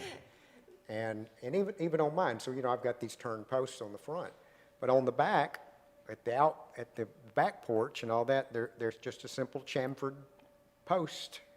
And sometimes I've thought, I'd like to replace those with some turned posts. And I always have that conversation back and forth, oh, you need to leave that original. These are the things you think about when you have an old property and you're trying to maintain that character. So you have back of the house, you have front of the house. Yeah, I think in reusing some of those details and again, thinking of it as, okay, what's a simplified version of that? Maybe it doesn't have that recessed panel, but maybe it still has the crown and a base and some of those things, but it's a back-of-house version of the same detail. And the scale's a little different, too. These columns are wide, right? And back on the addition, they may be 2/3 of that or half. And so that much paneling, I mean, how much panel do you get, out of a column that might be half the size? So that detailing will start to make itself known pretty quickly when you can see there in that drawing, the back columns skinnier than the front. And so they're harder to panel. They can look contrived when you try and put too much detail on something that's just flat out smaller. But like I said, if it looks like a porch column that was there and everything was infilled in between, I think you'll be headed in the right direction there. And then just one other question on the precedent page that has all the different addresses. I just wanted to go back to that page. So I think, Madeline, you said like maybe the middle two. Could we get on board with the middle top one that does have transoms? And that kind of looks like, and these are all on the front and sides of houses on Fair Street, and obviously mine is in the way back. Could we get on board with that? So I mentioned the bottom middle and the bottom right. Okay. I don't think this house can handle the transoms. I think it makes it too massive for the house. Yeah, I agree. I think you've got that bottom middle one is probably not as tall as you're able to go, because your house has tall eaves. And this one's fairly short, so you're going to get more height out of it than even that middle picture, but probably not as much as some of these bigger ones that are just the house they go with are just scaled differently. And then I don't think any of these are double hung. Yeah, the top left one is. We approved that. Not sure about the other ones. I don't think we reviewed the rest of these. Did we do 243 Third Ave? Is that fairly recent? Yeah. The one at 908 West Main, it has a, look about it, so it does kind of appear double hung. Yeah, it's got that shadow line thing. Right. Yeah. So, yeah, just look at the guidelines. I think there's a solution somewhere out there for you based on those guidelines, but hopefully we've given you enough to move forward. Thank you. All right. Thank y'all. Appreciate Thanks it. so much. Okay, item number 8. What time is it? You got to go? Okay. Sole survivors. Last man standing. All right, discussion of alteration signage and lighting at 230 Franklin Road, Building 1 at the factory. John Brown. Are you Mr. Brown? Yes, I am. All right. Give us the Good evening. the quick and dirty. Thank you for staying. Well, So there's actually a lot to unpack here in regards to our proposals. We are, again, at the factory at Franklin. We're looking at Building 1 at the factory. I'm not sure if you guys are familiar with that, but that's we don't know the numbers, but we know it's mafiosos. Yeah, it's the building closest to Franklin Boulevard or Street. I think it was originally the office to the stove manufacturing. Yeah. So our proposal, we are doing, not only are we proposing some facade changes, but also some site improvements. So to walk you through, maybe the easiest thing for me to make sure you guys have digested the proposal is to walk you through the elevations. So I'll start with the front elevation, which I'm identifying as the west elevation. Obviously, the landlord has been through the planning review process and is doing some work as well. So we're going to pick up after the landlord and do or propose some improvements of our own. So basically, for the west elevation, we're really not doing much. We're proposing to paint the soffits, the eaves, dormer faces, the gable end, the door assembly, and the side lights, and proposing signage with some linear lighting. Really, that is the only thing that we're doing to the front facade. On the south facade, which is the facade that faces the parking lot, again, the original brick building, again, we're not doing anything to that. We are, again, painting the soffits, eaves, the dormers that face that side, putting signage on on that side, which is just a little small directory sign. Where the changes start to come into place, the more significant changes are towards the back third of the building, which was the addition, or which have been multiple additions on the back side of the building. So if you're looking, there's a couple man doors on that south side. In the man door that's adjacent to the existing stair, we are proposing to remove that door and fill that opening in and provide a finish at that door opening that would match the existing horizontal siding on that location. Also on the south facade, again on the back third of the building, we're proposing to paint the siding, the soffitting, the guard railings for the stair, all a graphite type gray color. And again, on that back third, we would add signage for the terrain piece of the tenant's facility. I think there's some other things on the south facade that you can't see very well. There's some barricades up there for the HVAC that's on the second level. It's behind the tree there. But the landlord intends to keep that in place. We would paint that graphite gray as well to go along. Basically, the back third of the building is being proposed to be painted the graphite gray. So as we work our way around to the back of the building, which is the east side of the building, this one, there's several windows back there. There's some casement windows that run from the central part of the building to the left. We are proposing infilling 3 of those casement windows to help facilitate the function at the inside of the space, which is a fitting room area, would be at that area. The other windows, we're proposing to remove the casement and replace them with just a single light piece of glass, opposed to the casement. Again, you can see the color change. Probably the most significant change to the rear of the building is removing the existing wood and plastic light or covering up on the second level. It's like a plexiglass and a wood frame component. Removing that in its entirety and replacing it with aluminum storefront assembly with insulated glazing. That is currently the previous tenant, which I believe was a restaurant, pizzeria, I believe. Yes, thank you. That was predominantly an outside space that I think they tried to enclose with the plexiglass and the wood framing. The integrity of that existing assembly is something that I wouldn't recommend anybody keeping. So my tenant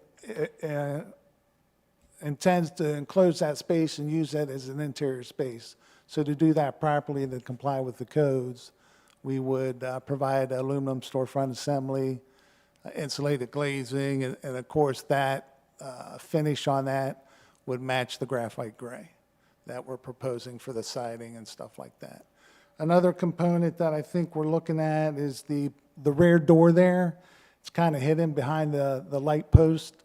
Currently, there's a door with a little side light in that area, so we are proposing to remove that assembly and replace it with just a single door, eliminate the side light, and finish around that with the proper horizontal siding and paint the graphite gray.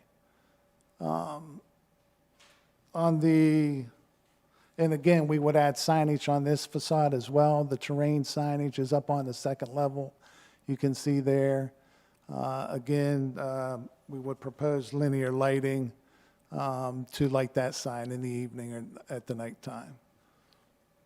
On the elevation that is on the screen, you can see some of the I'll call it site improvements, which is the string lighting, some light post that the client's introducing. There will be like an exterior area that will be for sales in that of plants and home goods and stuff like that, that the Terrain brand is specific to.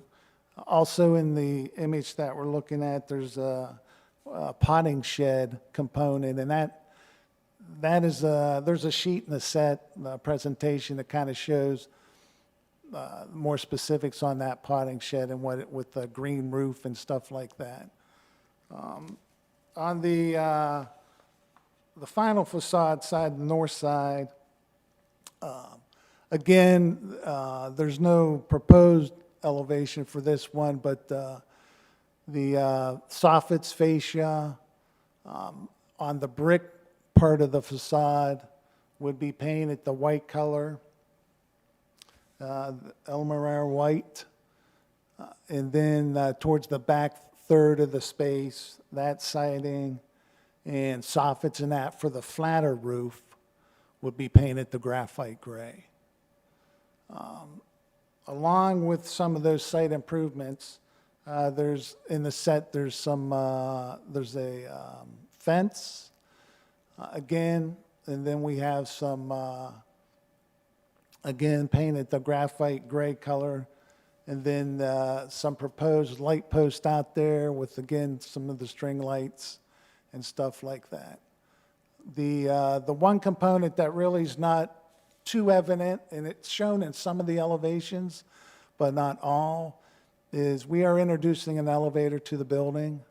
And because of that, and because of the requirements for the head height in there, the elevator projects outside of the roof. And we tried to push that back outside of the original building, or at least the roof, the pitch roof, and we have it shown currently coming up where the, for all intents and purposes, the flat roof, there's a gradual pitch, as you can see in the rendering that we're looking at, but it's predominantly a flat roof. That elevator would project out of that flat roof, and we would finish that exposed wall to match the horizontal siding that's currently in place for the building.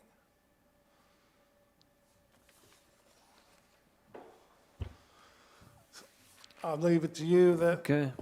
That's a quick rundown. I'm afraid that I didn't want to lose any more members. I went through it relatively quickly. So I'll open it up to you for any questions. I'm just going to spend the night here, might as well. All right, let's hear from Elizabeth, please. Thank you, and thank you for the applicant for coming to Design Review Committee. This building is unique to the factory campus as it has a pitched roof and it has a more distinctive residential design compared to any other building on the factory campus, and therefore is reviewed under residential guidelines. And so we'll also take this elevation by elevation, and on the front, one major alteration that is proposed and is noticeable is the proposed elevator shaft. The position and the screening does not meet the recommendations of the guidelines as it is highly visible. On the right elevation, the other alterations are in keeping with the guidelines. On the right elevation, we'll start with the removal of the awning and entrance at the bottom of the stairs. This does not appear to be a historic opening, and filling it in is appropriate. Feedback on the proposed infill of the staircase would be appreciated, as this isn't a common configuration for staircases and points of egress on the rear of commercial buildings that we have around town. That's not a common infill. Additional information is needed to understand the proposed design and materials of the railings up the stairs on this elevation and on the rear, as no vertical patterns are shown. Clarification if this is intended to be entirely glass would be appreciated from the applicant. The use of an all-glass railing for the stairs would not be supported, as it is not historically seen in Franklin. On the rear, there are a number of alterations proposed, including painting the building a dark color scheme, removing 3 windows, replacing 3 windows, replacing the rear entrance with a new door, and replacing the existing screen and plexiglass panels on the second floor to create a more permanent glass storefront system that is not interrupted by railing. This design for the storefront system is very contemporary and reads less residential in form. It is unique at the campus of the factory. The proposed windows the proposed replacement windows do not relate to the detailing of the windows on the historic building and do not appear double hung. There is new proposed fencing at the rear of the building. A 6-foot-tall rail fence is proposed. The proposed design for rear yard fencing is not a typical height for a split rail fencing in the district and would not be recommended. A new handrail is also proposed for the existing ramp at the rear of the building. Additional information and details are needed about the ramp rail to understand the design and how it may relate to other existing railing on the site. A minor accessory structure is proposed at the rear of the building. It's about 9 feet by 5 feet and located behind the building and is subordinate to the historic building. It's proposed to be clad in live edge wood and have a moss planting roof. The proposed materials are not typical or recommended within the guidelines. And we'll jump to signage and lighting. There are 4 wall signs proposed on the building, 3 wall signs and 1 directory sign. The signs are determined to be wall signs based on location and quantity proposed, and based on the design of the building and form reading as residential, the residential sign guidelines would apply. So this would be a maximum of 3 signs with a permitted 4th if it has a rear entrance to a parking area or rear entrance. And the guidelines do recommend a maximum size of 4.5 square feet for a wall sign. And the proposed signs are about 7.5, 8, and 5.7 square feet each, which exceed the size of the recommended size for wall signs. The use of a finished wood or metal is appropriate. And the lighting that is proposed for these signs is a linear light. It is concealed, but it is not a recommended sign lighting type, as goosenecks are the recommended lighting feature for signs. For the directory sign proposed on the right elevation, this does appear to meet the guidelines. Additional information would be needed about just the materiality and confirming that, but it is recommended on residential buildings with multiple tenants to utilize directory signs, so featuring both tenants on there would be appropriate. That, in addition to the sign lighting, there is new post-mounted lights proposed at the rear, as well as string lights. Additional clarification is needed to understand the fixtures proposed at the front, if they are being replaced or modified in any way.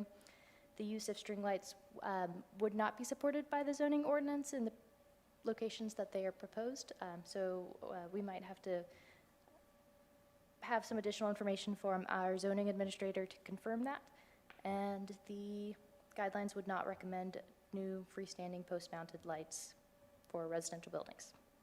So feedback on the proposed color scheme on the rear of the building, stair infills, storefront system on the second floor, stair railings, lighting, signs, and the new proposed elevator shaft would be appreciated.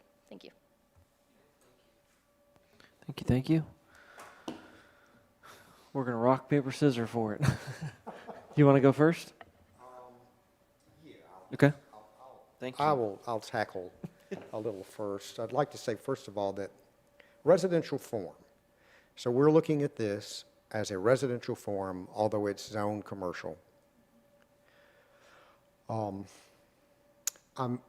it's good to see the building go back, at least on its front facade, to more of what it was originally. And we've lost all of those poles to each side of the porch or the portico and all this other stuff. So that's positive. I think it will be the only elevator at the factory. Yeah. And, and what was really just a 1.5-story building. I have to agree with staff. I would say, that pop-up for the elevator shaft is just kind of a no-go. You're going to see it from the front. I mean, it's just not something that I would feel comfortable approving as a board member and voting yes to, something you could actually see like that. This building has been so muddled on the back. I mean, I don't know if it ever went through historic zoning or not. It needed to be vetted through a historic zoning. And anything that increases it's going against the guidelines, I wouldn't support. So let's go. So remove the awning. Yes, I agree with staff on that. It's not historic. The all glass rails, I mean, we wouldn't support that in our guidelines. The glass storefront in that back, that's kind of a tough one because it had already been plexiglass at one time. And at one time, this was Boxwood Bistro before it was Mafioso's. Oh, okay. And it was a decent restaurant. It was a good restaurant to go to. So I think maybe some of that developed during that time too, really, and then Mafioso's took it over.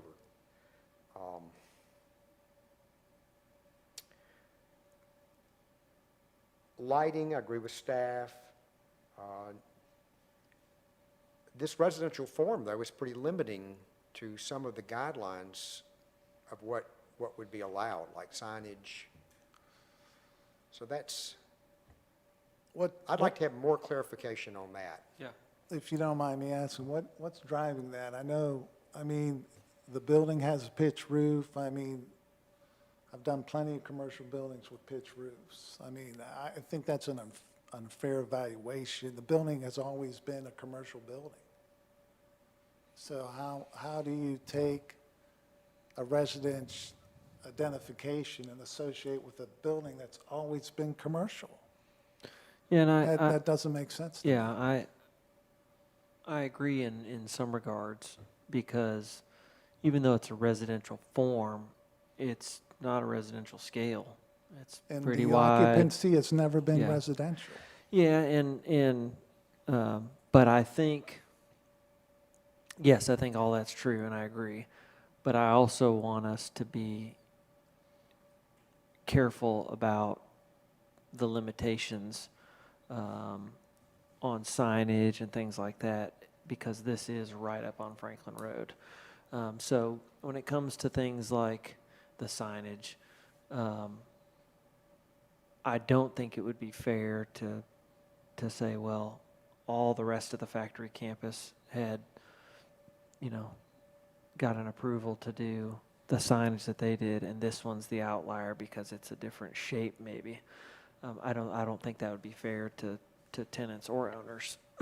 But I also want to be considerate of the guidelines and go, okay, well, let's consider this as a one-off basis, because it really is. It is a residential form because it has a pitched roof and it's a lower one-story. It's not really a big commercial height. But like you said, how many doctors' offices and dentists, that have this same shape? Sure. So I think we're in between place on that. And because of that, I think I would be flexible in the interpretation of the guidelines, but I also want to be careful about how much flexibility we put there, because the signage rules and things like that are specific to the scale, and so I want to be careful with that. You mentioned the back of this building's been so messed with, and it has, and for that reason, I'm am open to a lot of these things being, and staff talked about a lot of them being appropriate, taking out some of the windows and doors and things like that. The windows that are going back, and the door, are those all aluminum storefront, even on the first floor? The anthropology suite, you talked about the dressing rooms, and then there's a bunch of windows, you're gonna pull those Yeah, we airs out. Are they propose- storefront? Yeah, those would be aluminum as well. Okay. And I don't know But I- how I might want to see a picture of what's there. It might be more appropriate to come back with what the factory did, that type of window, which is, were they all aluminum? Were they steel? They were steel. I don't know. It's just I this don't think they building's were just aluminum. different. And this Um, is different. This is a and- different building. Yeah, and this, aluminum storefront, I don't think is inappropriate for the back of this, considering what was there. If this were a roof deck and you just showed up and there was never any attempt to glass it in, I'd say, no, that's not, but it's been glassed in for longer than I've lived in Franklin. I've been here a little while. So I think that could be appropriate. I think the paint scheme back here is different. I mean, we just looked at one that was painted black, but this is not, the paint color is not inherent to this material, and historically speaking, this whole section was never there. So I think I could be on board with that. Did you intend to have glass rails, or you just didn't show No. the pic? It's, all the rails No. are staying as is, just getting painted? As long as they comply with code, which the landlord had said they will, that they're we just would getting just painted. paint them. Okay, Yep. Same thing with the stair. okay. We would just paint it. The little potting shed, if zoning is fine with it, I don't see that it's a problem. It looks like it's on skids, so it can be moved around. Is that Yeah, it'd true? probably be on a concrete foundation. Okay. Yeah. It looks like you could just pick it up and take it to the front, back, go see the carousel. The elevator is a hard sell. Because as Brian mentioned, it does kind of increase the nonconformity. This whole left side of this, the north side of this building, is like the wart of all warts. I mean, it's got this historic dormer, and then there's this, massive building that you're running into. There are some light commercial elevators that have very little headroom, but they're not that hospital elevator, as you know. But there are light commercial elevators that only have like an 8-inch overrun. You might be able to fit it in the mass that's already there. And your headroom gets better the further it goes back, as you know. So the way you've got it positioned, I fear that it's going to be too visible, and I don't think that falls within the guidelines. Rear door signage, the lighting, I think if you can find something that's within our guidelines, would be good. And then there's a whole bunch of lighting in the back that there's a bunch of zoning questions on that doesn't involve us. I don't think zoning allows for the string lights. Yeah, there's only certain locations permitted for string lights in non-residential uses, and unfortunately, I believe the locations they are proposed here do not align with those. That's based on a residential evaluation. That's based on the non-residential zoning review. Yeah. Yeah, for the factory setting. Yeah, so staff can direct you to those sections. But, and I think that's true about the post lights too. It's like, I think the factory had some site lighting approved, and, it may require a modification of standards, which is through like the zoning world, and then it would come back here for us to even be able to consider. So we can't trump them or do anything like that. It just is what it is. But there's a path to get an exception, but it's not through us yet, if that makes sense. Sure. So, I'm trying to think if there's anything else I missed. Signage, How about the enclosed stairs? enclosing it at the bottom. I think it looks better than nothing under it, personally. I don't have a problem with it. I know it's abnormal, but it's, we go downtown here, people put their dumpsters and all kinds of stuff under them. So I'm like, I don't think it's unappealing, and I don't see that it doesn't align with the guidelines, except that it's just maybe uncommon. We don't see it. What do you? Well, so the graphite color, when I look at the historic building and then the additions, the graphite color seems to cause it to recede, which I think is a good thing. So maybe it doesn't stick out to you as much as if it were a bright color. And the same thing may happen with the stairs when you enclose them with more siding that looks like the rest of the building. It just kind of blends more. I'd kind of like to see that disappear as much as it can. Yeah. But I want to ask, so on the north elevation, you've got that huge mechanical equipment thing. That remains.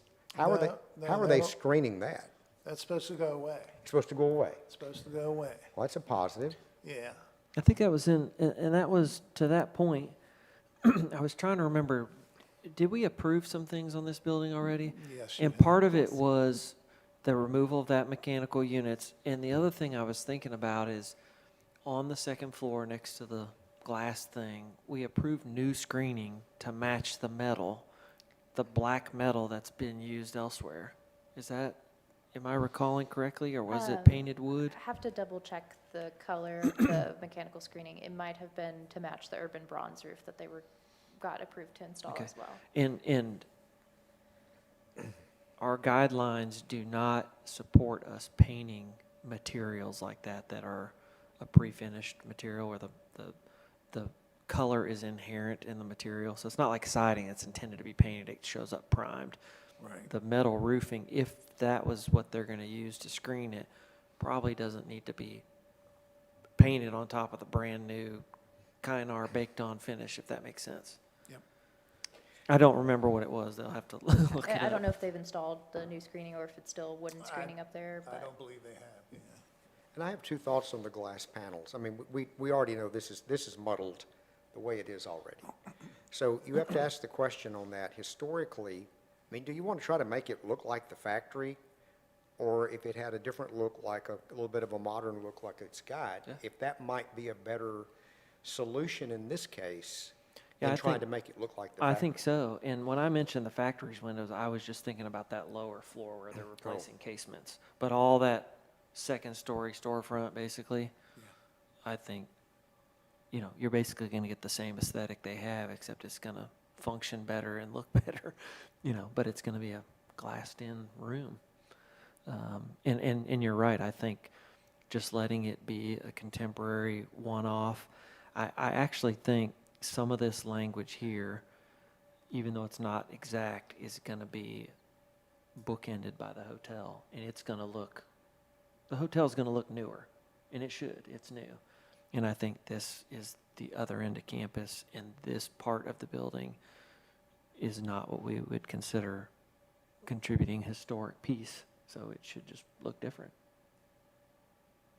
Yeah, I'm thinking so too. I think that's one of the best way to handle it, but since it's already been, as non-conforming as it is. Yeah. And I don't think it increases that amount of nonconformity. Yeah.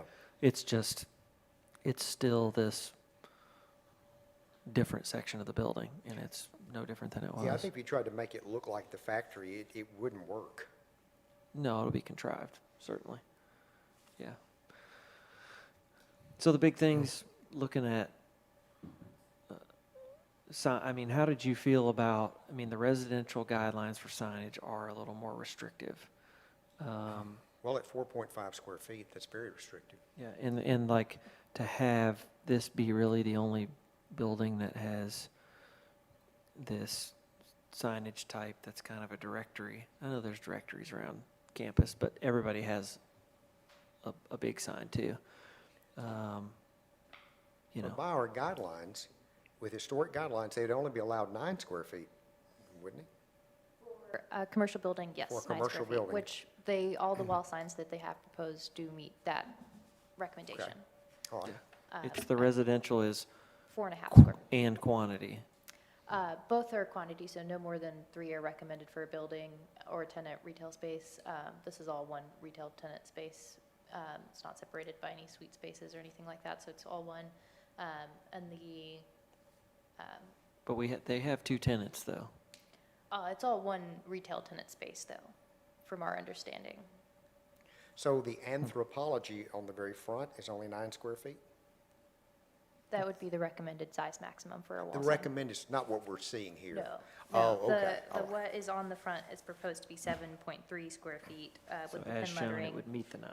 Okay, so it is only 7.3 square feet, what I'm seeing, on the front, yes. on the front, okay? Yeah, and I would consider, like I said, I agree. It's always been a commercial building, and I agree it's a residential form, certainly. So I understand both sides, and because of that, I'm willing to be probably flexible on things like signage, but I'd want to see exactly what it looks like, just like that. Want to talk about how it's lit, and this be a one-off, not something we go, all right, replicate that 7 times. This would be the one. Just because of that. It's definitely a commercial building, always has been, recorded that way, but it's got a scale that's a little different than the factory, and I want to be considerate of that, and consider that this is as frontal as we get to Franklin Road, which is our gateway into downtown, so. Yeah, and staying within that 4.5 to 9 square foot range, I think that would be, Yeah. it'd be fine on Franklin Road. Yep. Okay.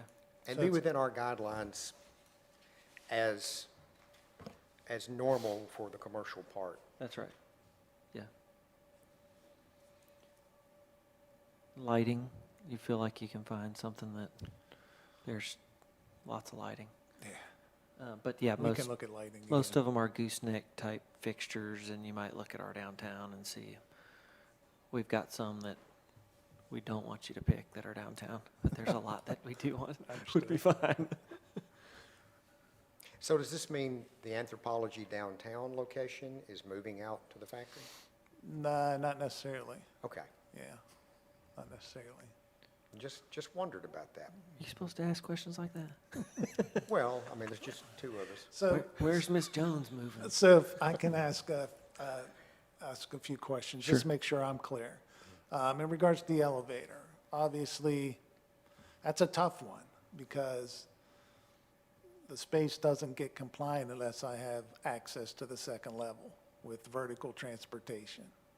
So I can look at other elevators. I'm not aware of one, truthfully, that doesn't require at least a 12-foot, 8-inch clearance between the floor and the underside head. of the hoist beam.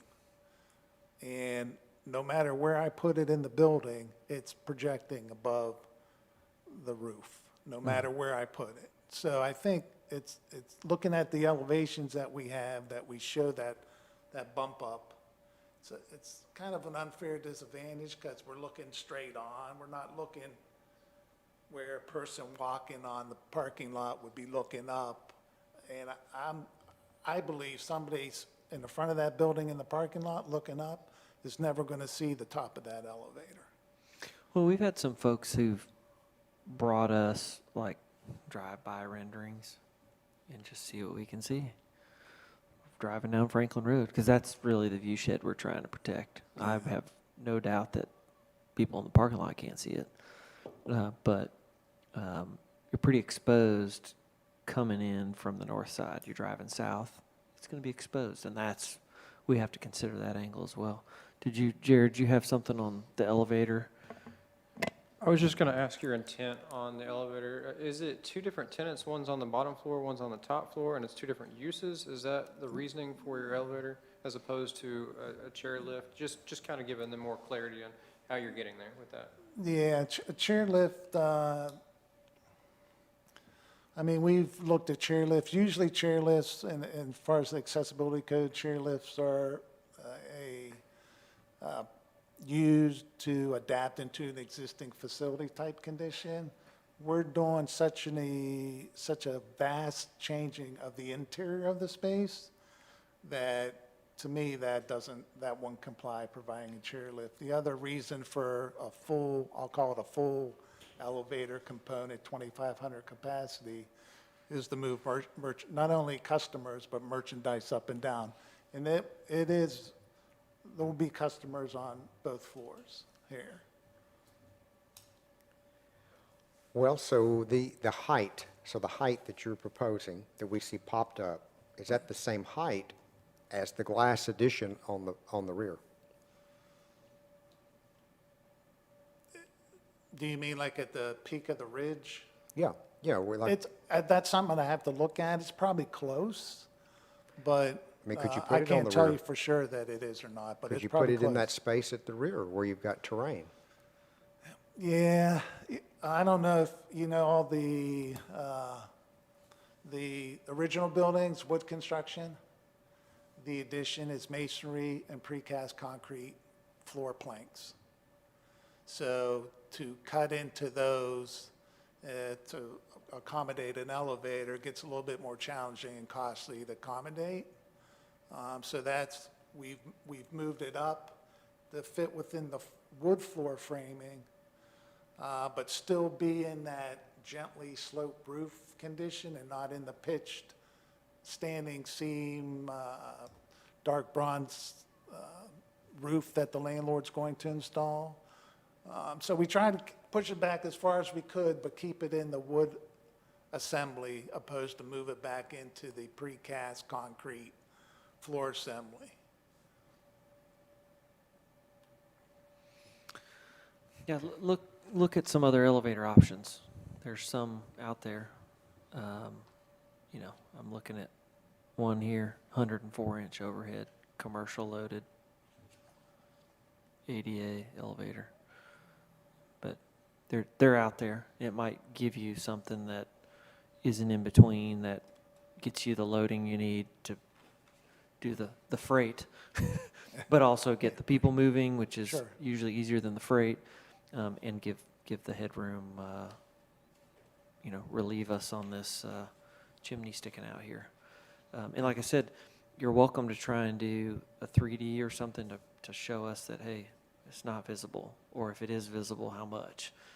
Because I look at 2D drawings all day, and I know that in real life things get foreshortened. And, you know, what does that actually do? We don't know till we really see it. Any other All right. questions? As far as the rear elevation and removing the 3 windows and replacing the other windows in the door, just want to make sure I'm clear on your impressions of us going in that direction. I think it's fine. Like I said, this has been, you know, there's nothing sacred about the back of this building. We do want it to fall within the guidelines as much as possible, but, you know, Brian used the term not increasing the nonconformity. Closing that up doesn't do that. Using aluminum storefront door there and making those single glass windows aluminum storefront doesn't increase the nonconformity. So I feel comfortable with what you proposed there. Yeah, it lessens the penetrations in the wall. I think that's probably good in this case. Yeah. Okay. Anything else? No. That's it. Appreciate your time. Thank you so much. Thank Appreciate you. it. All right, item 9.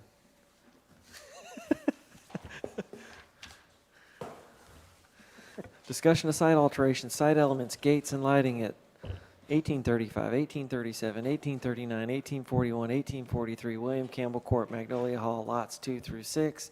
I want to do one at a time. One at a time, great. Not sure why I'm upset to be second and last on the agenda. I'm so sorry. You're good. I called Joe the wrong name, so we're good. We're even. So I'll be brief here. Y'all saw this last month. We had the stone columns with the lanterns on there that we got a lot of feedback about. Those have been removed. I believe that in large, we got some support, at least some supportive comments regarding the individual gates for each of these driveways. We went back and just made sure that each of those were pushed back at least 20 feet behind the front facade of the homes. The biggest change was between 5 and 6. The gate kind of protruded out in front of 6 a little bit. We were able to find a common spot on the 2 houses that we could slide that back, and it's now more than 20 feet back from the front facade zone there. Second thing we heard was the pavers we selected did not meet the intent of the guidelines, so we've changed those pavers in the driveway holloway strips and to a cobblestone. The owners really still want to really do a Hollywood strip just to break up that concrete, so we're proposing a cobblestone there, and then the lead walks from a paver to a natural flagstone.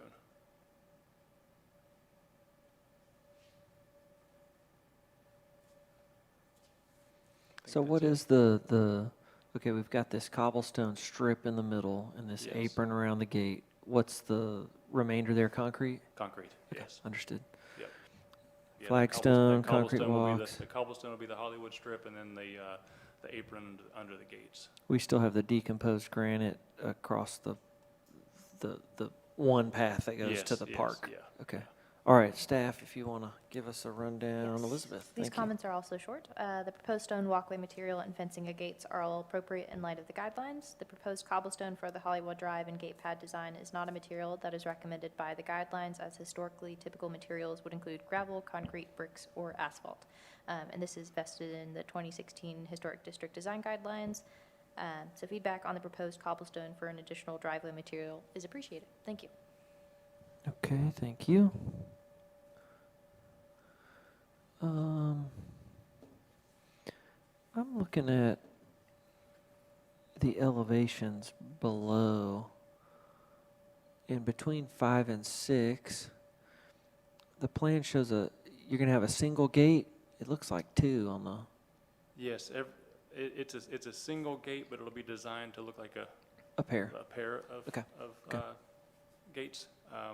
Yeah, in order to get that one slid back, There's nowhere for it to swing. there was no place for the mechanism on the left-hand side, so we went to a single gate Okay, on that one. understood. So the strip I'm seeing, that is your Hollywood strip? Yes. And it's going to be the, like, the rectangular stone? Yes. Mhm. Belgian And then cobble. you're proposing flagstone for the walks up to the houses Yes, sir. that would go out to the sidewalk? Yes. And what is the sidewalk? Sidewalk will be concrete. Just concrete? It'll be City of Franklin, just the concrete. And staff, that doesn't meet the intent of the guideline? The stone walkway does. The cobblestone does not, as that's not a recommended material. For the Hollywood Drive? Yes, but the Hollywood Drive is a recommended design for driveways.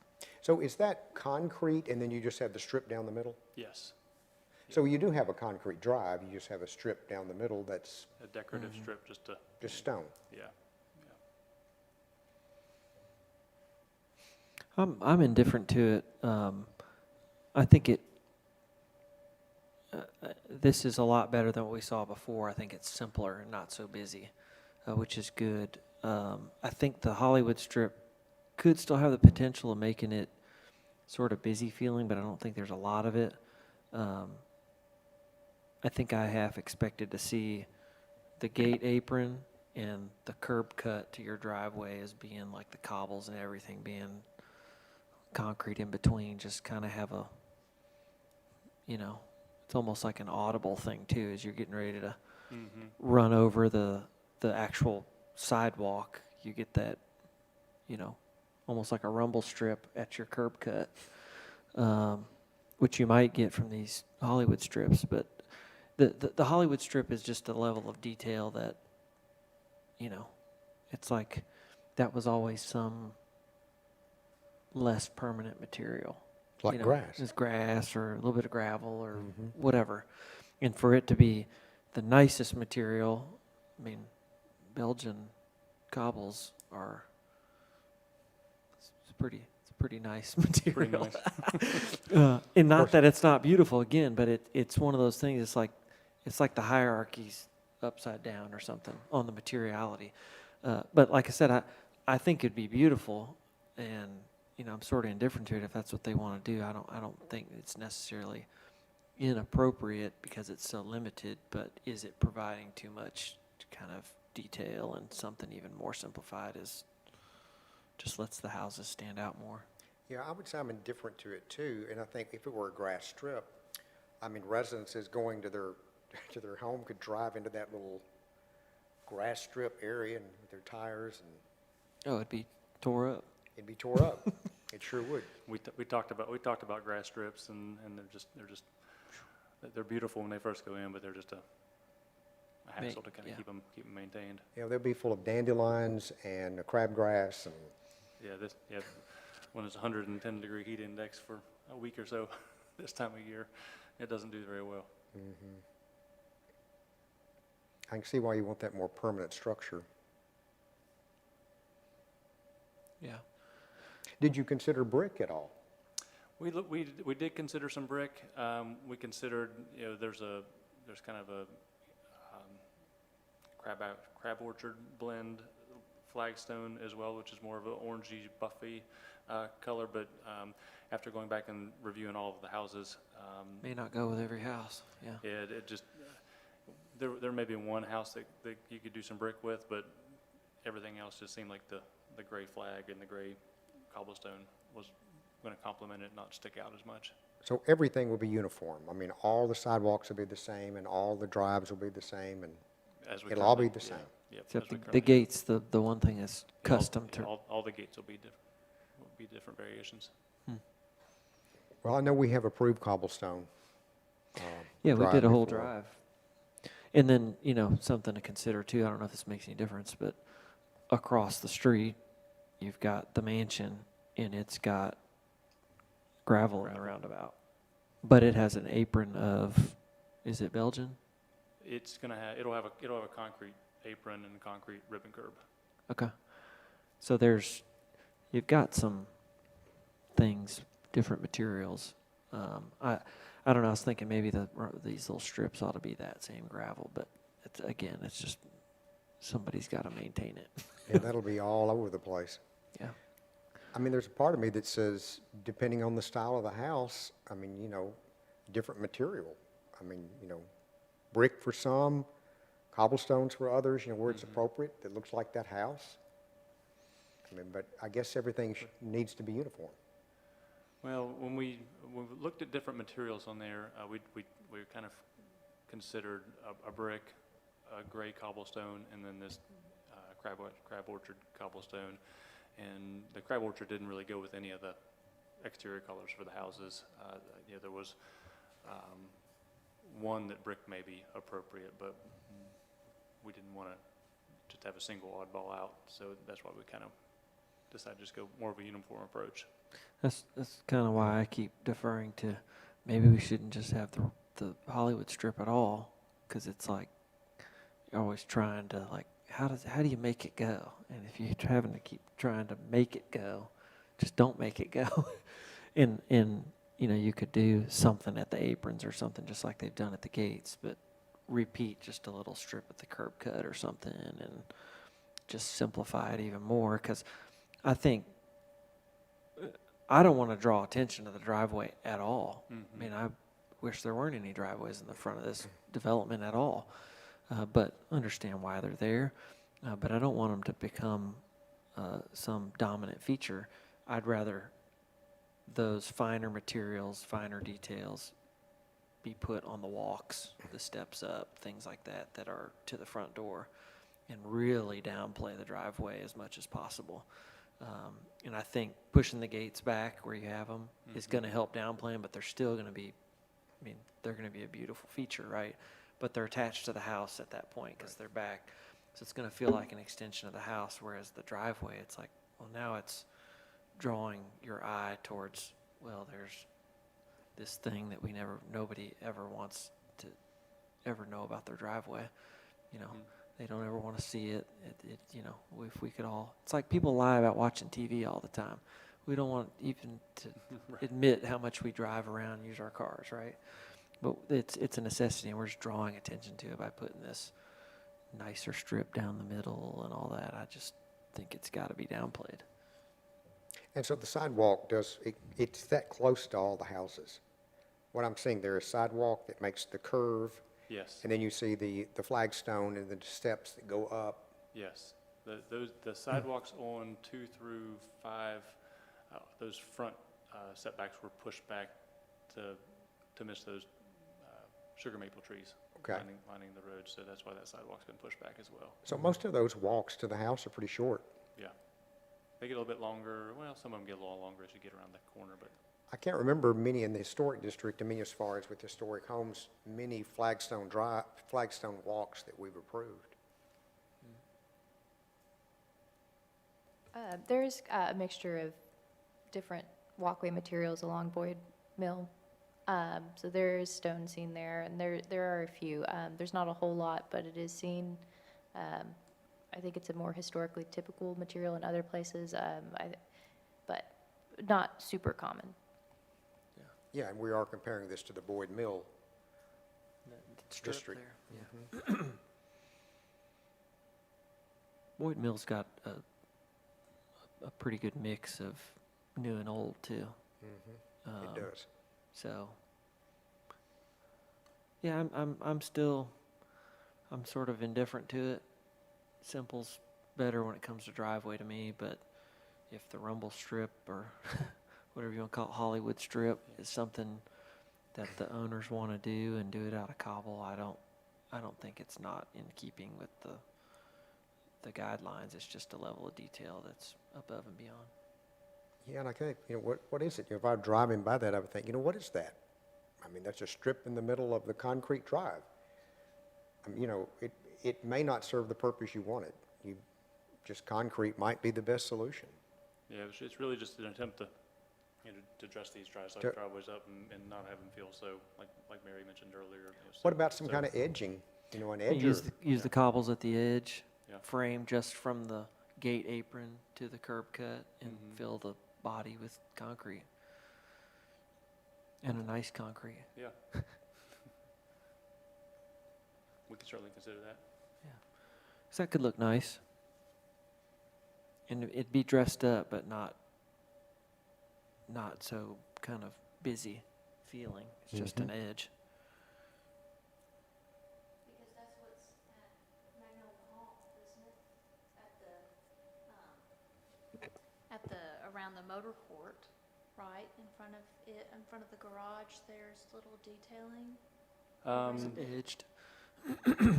No, no, Magnolia, their proposal currently is just to have that concrete apron, parking pad in the front. Is the but gravel bordered by anything? with the concrete ribbon curb. Concrete ribbon. Yeah. You said that earlier. Yeah, Okay. and I can get some more details on that for the voting session. And all this to say, there's two of us. So, I mean, there may be somebody who's just militantly for this or against this. We don't know. But I do remember hearing simplify from the consensus. For the Yeah, I most mean, part. if you had the concrete and just some kind of simple edge on it, it probably wouldn't be a lot of discussion about it. No. Yeah, I'll confirm with the owners on that image. From my recollection, they just wanted to convey that concrete color and finish on there. I think the photo that they received from the contractor had the cobblestone, so that wasn't intended to be a perfect representation. But I'll Okay. confirm with them and update that photo if we need to. Good.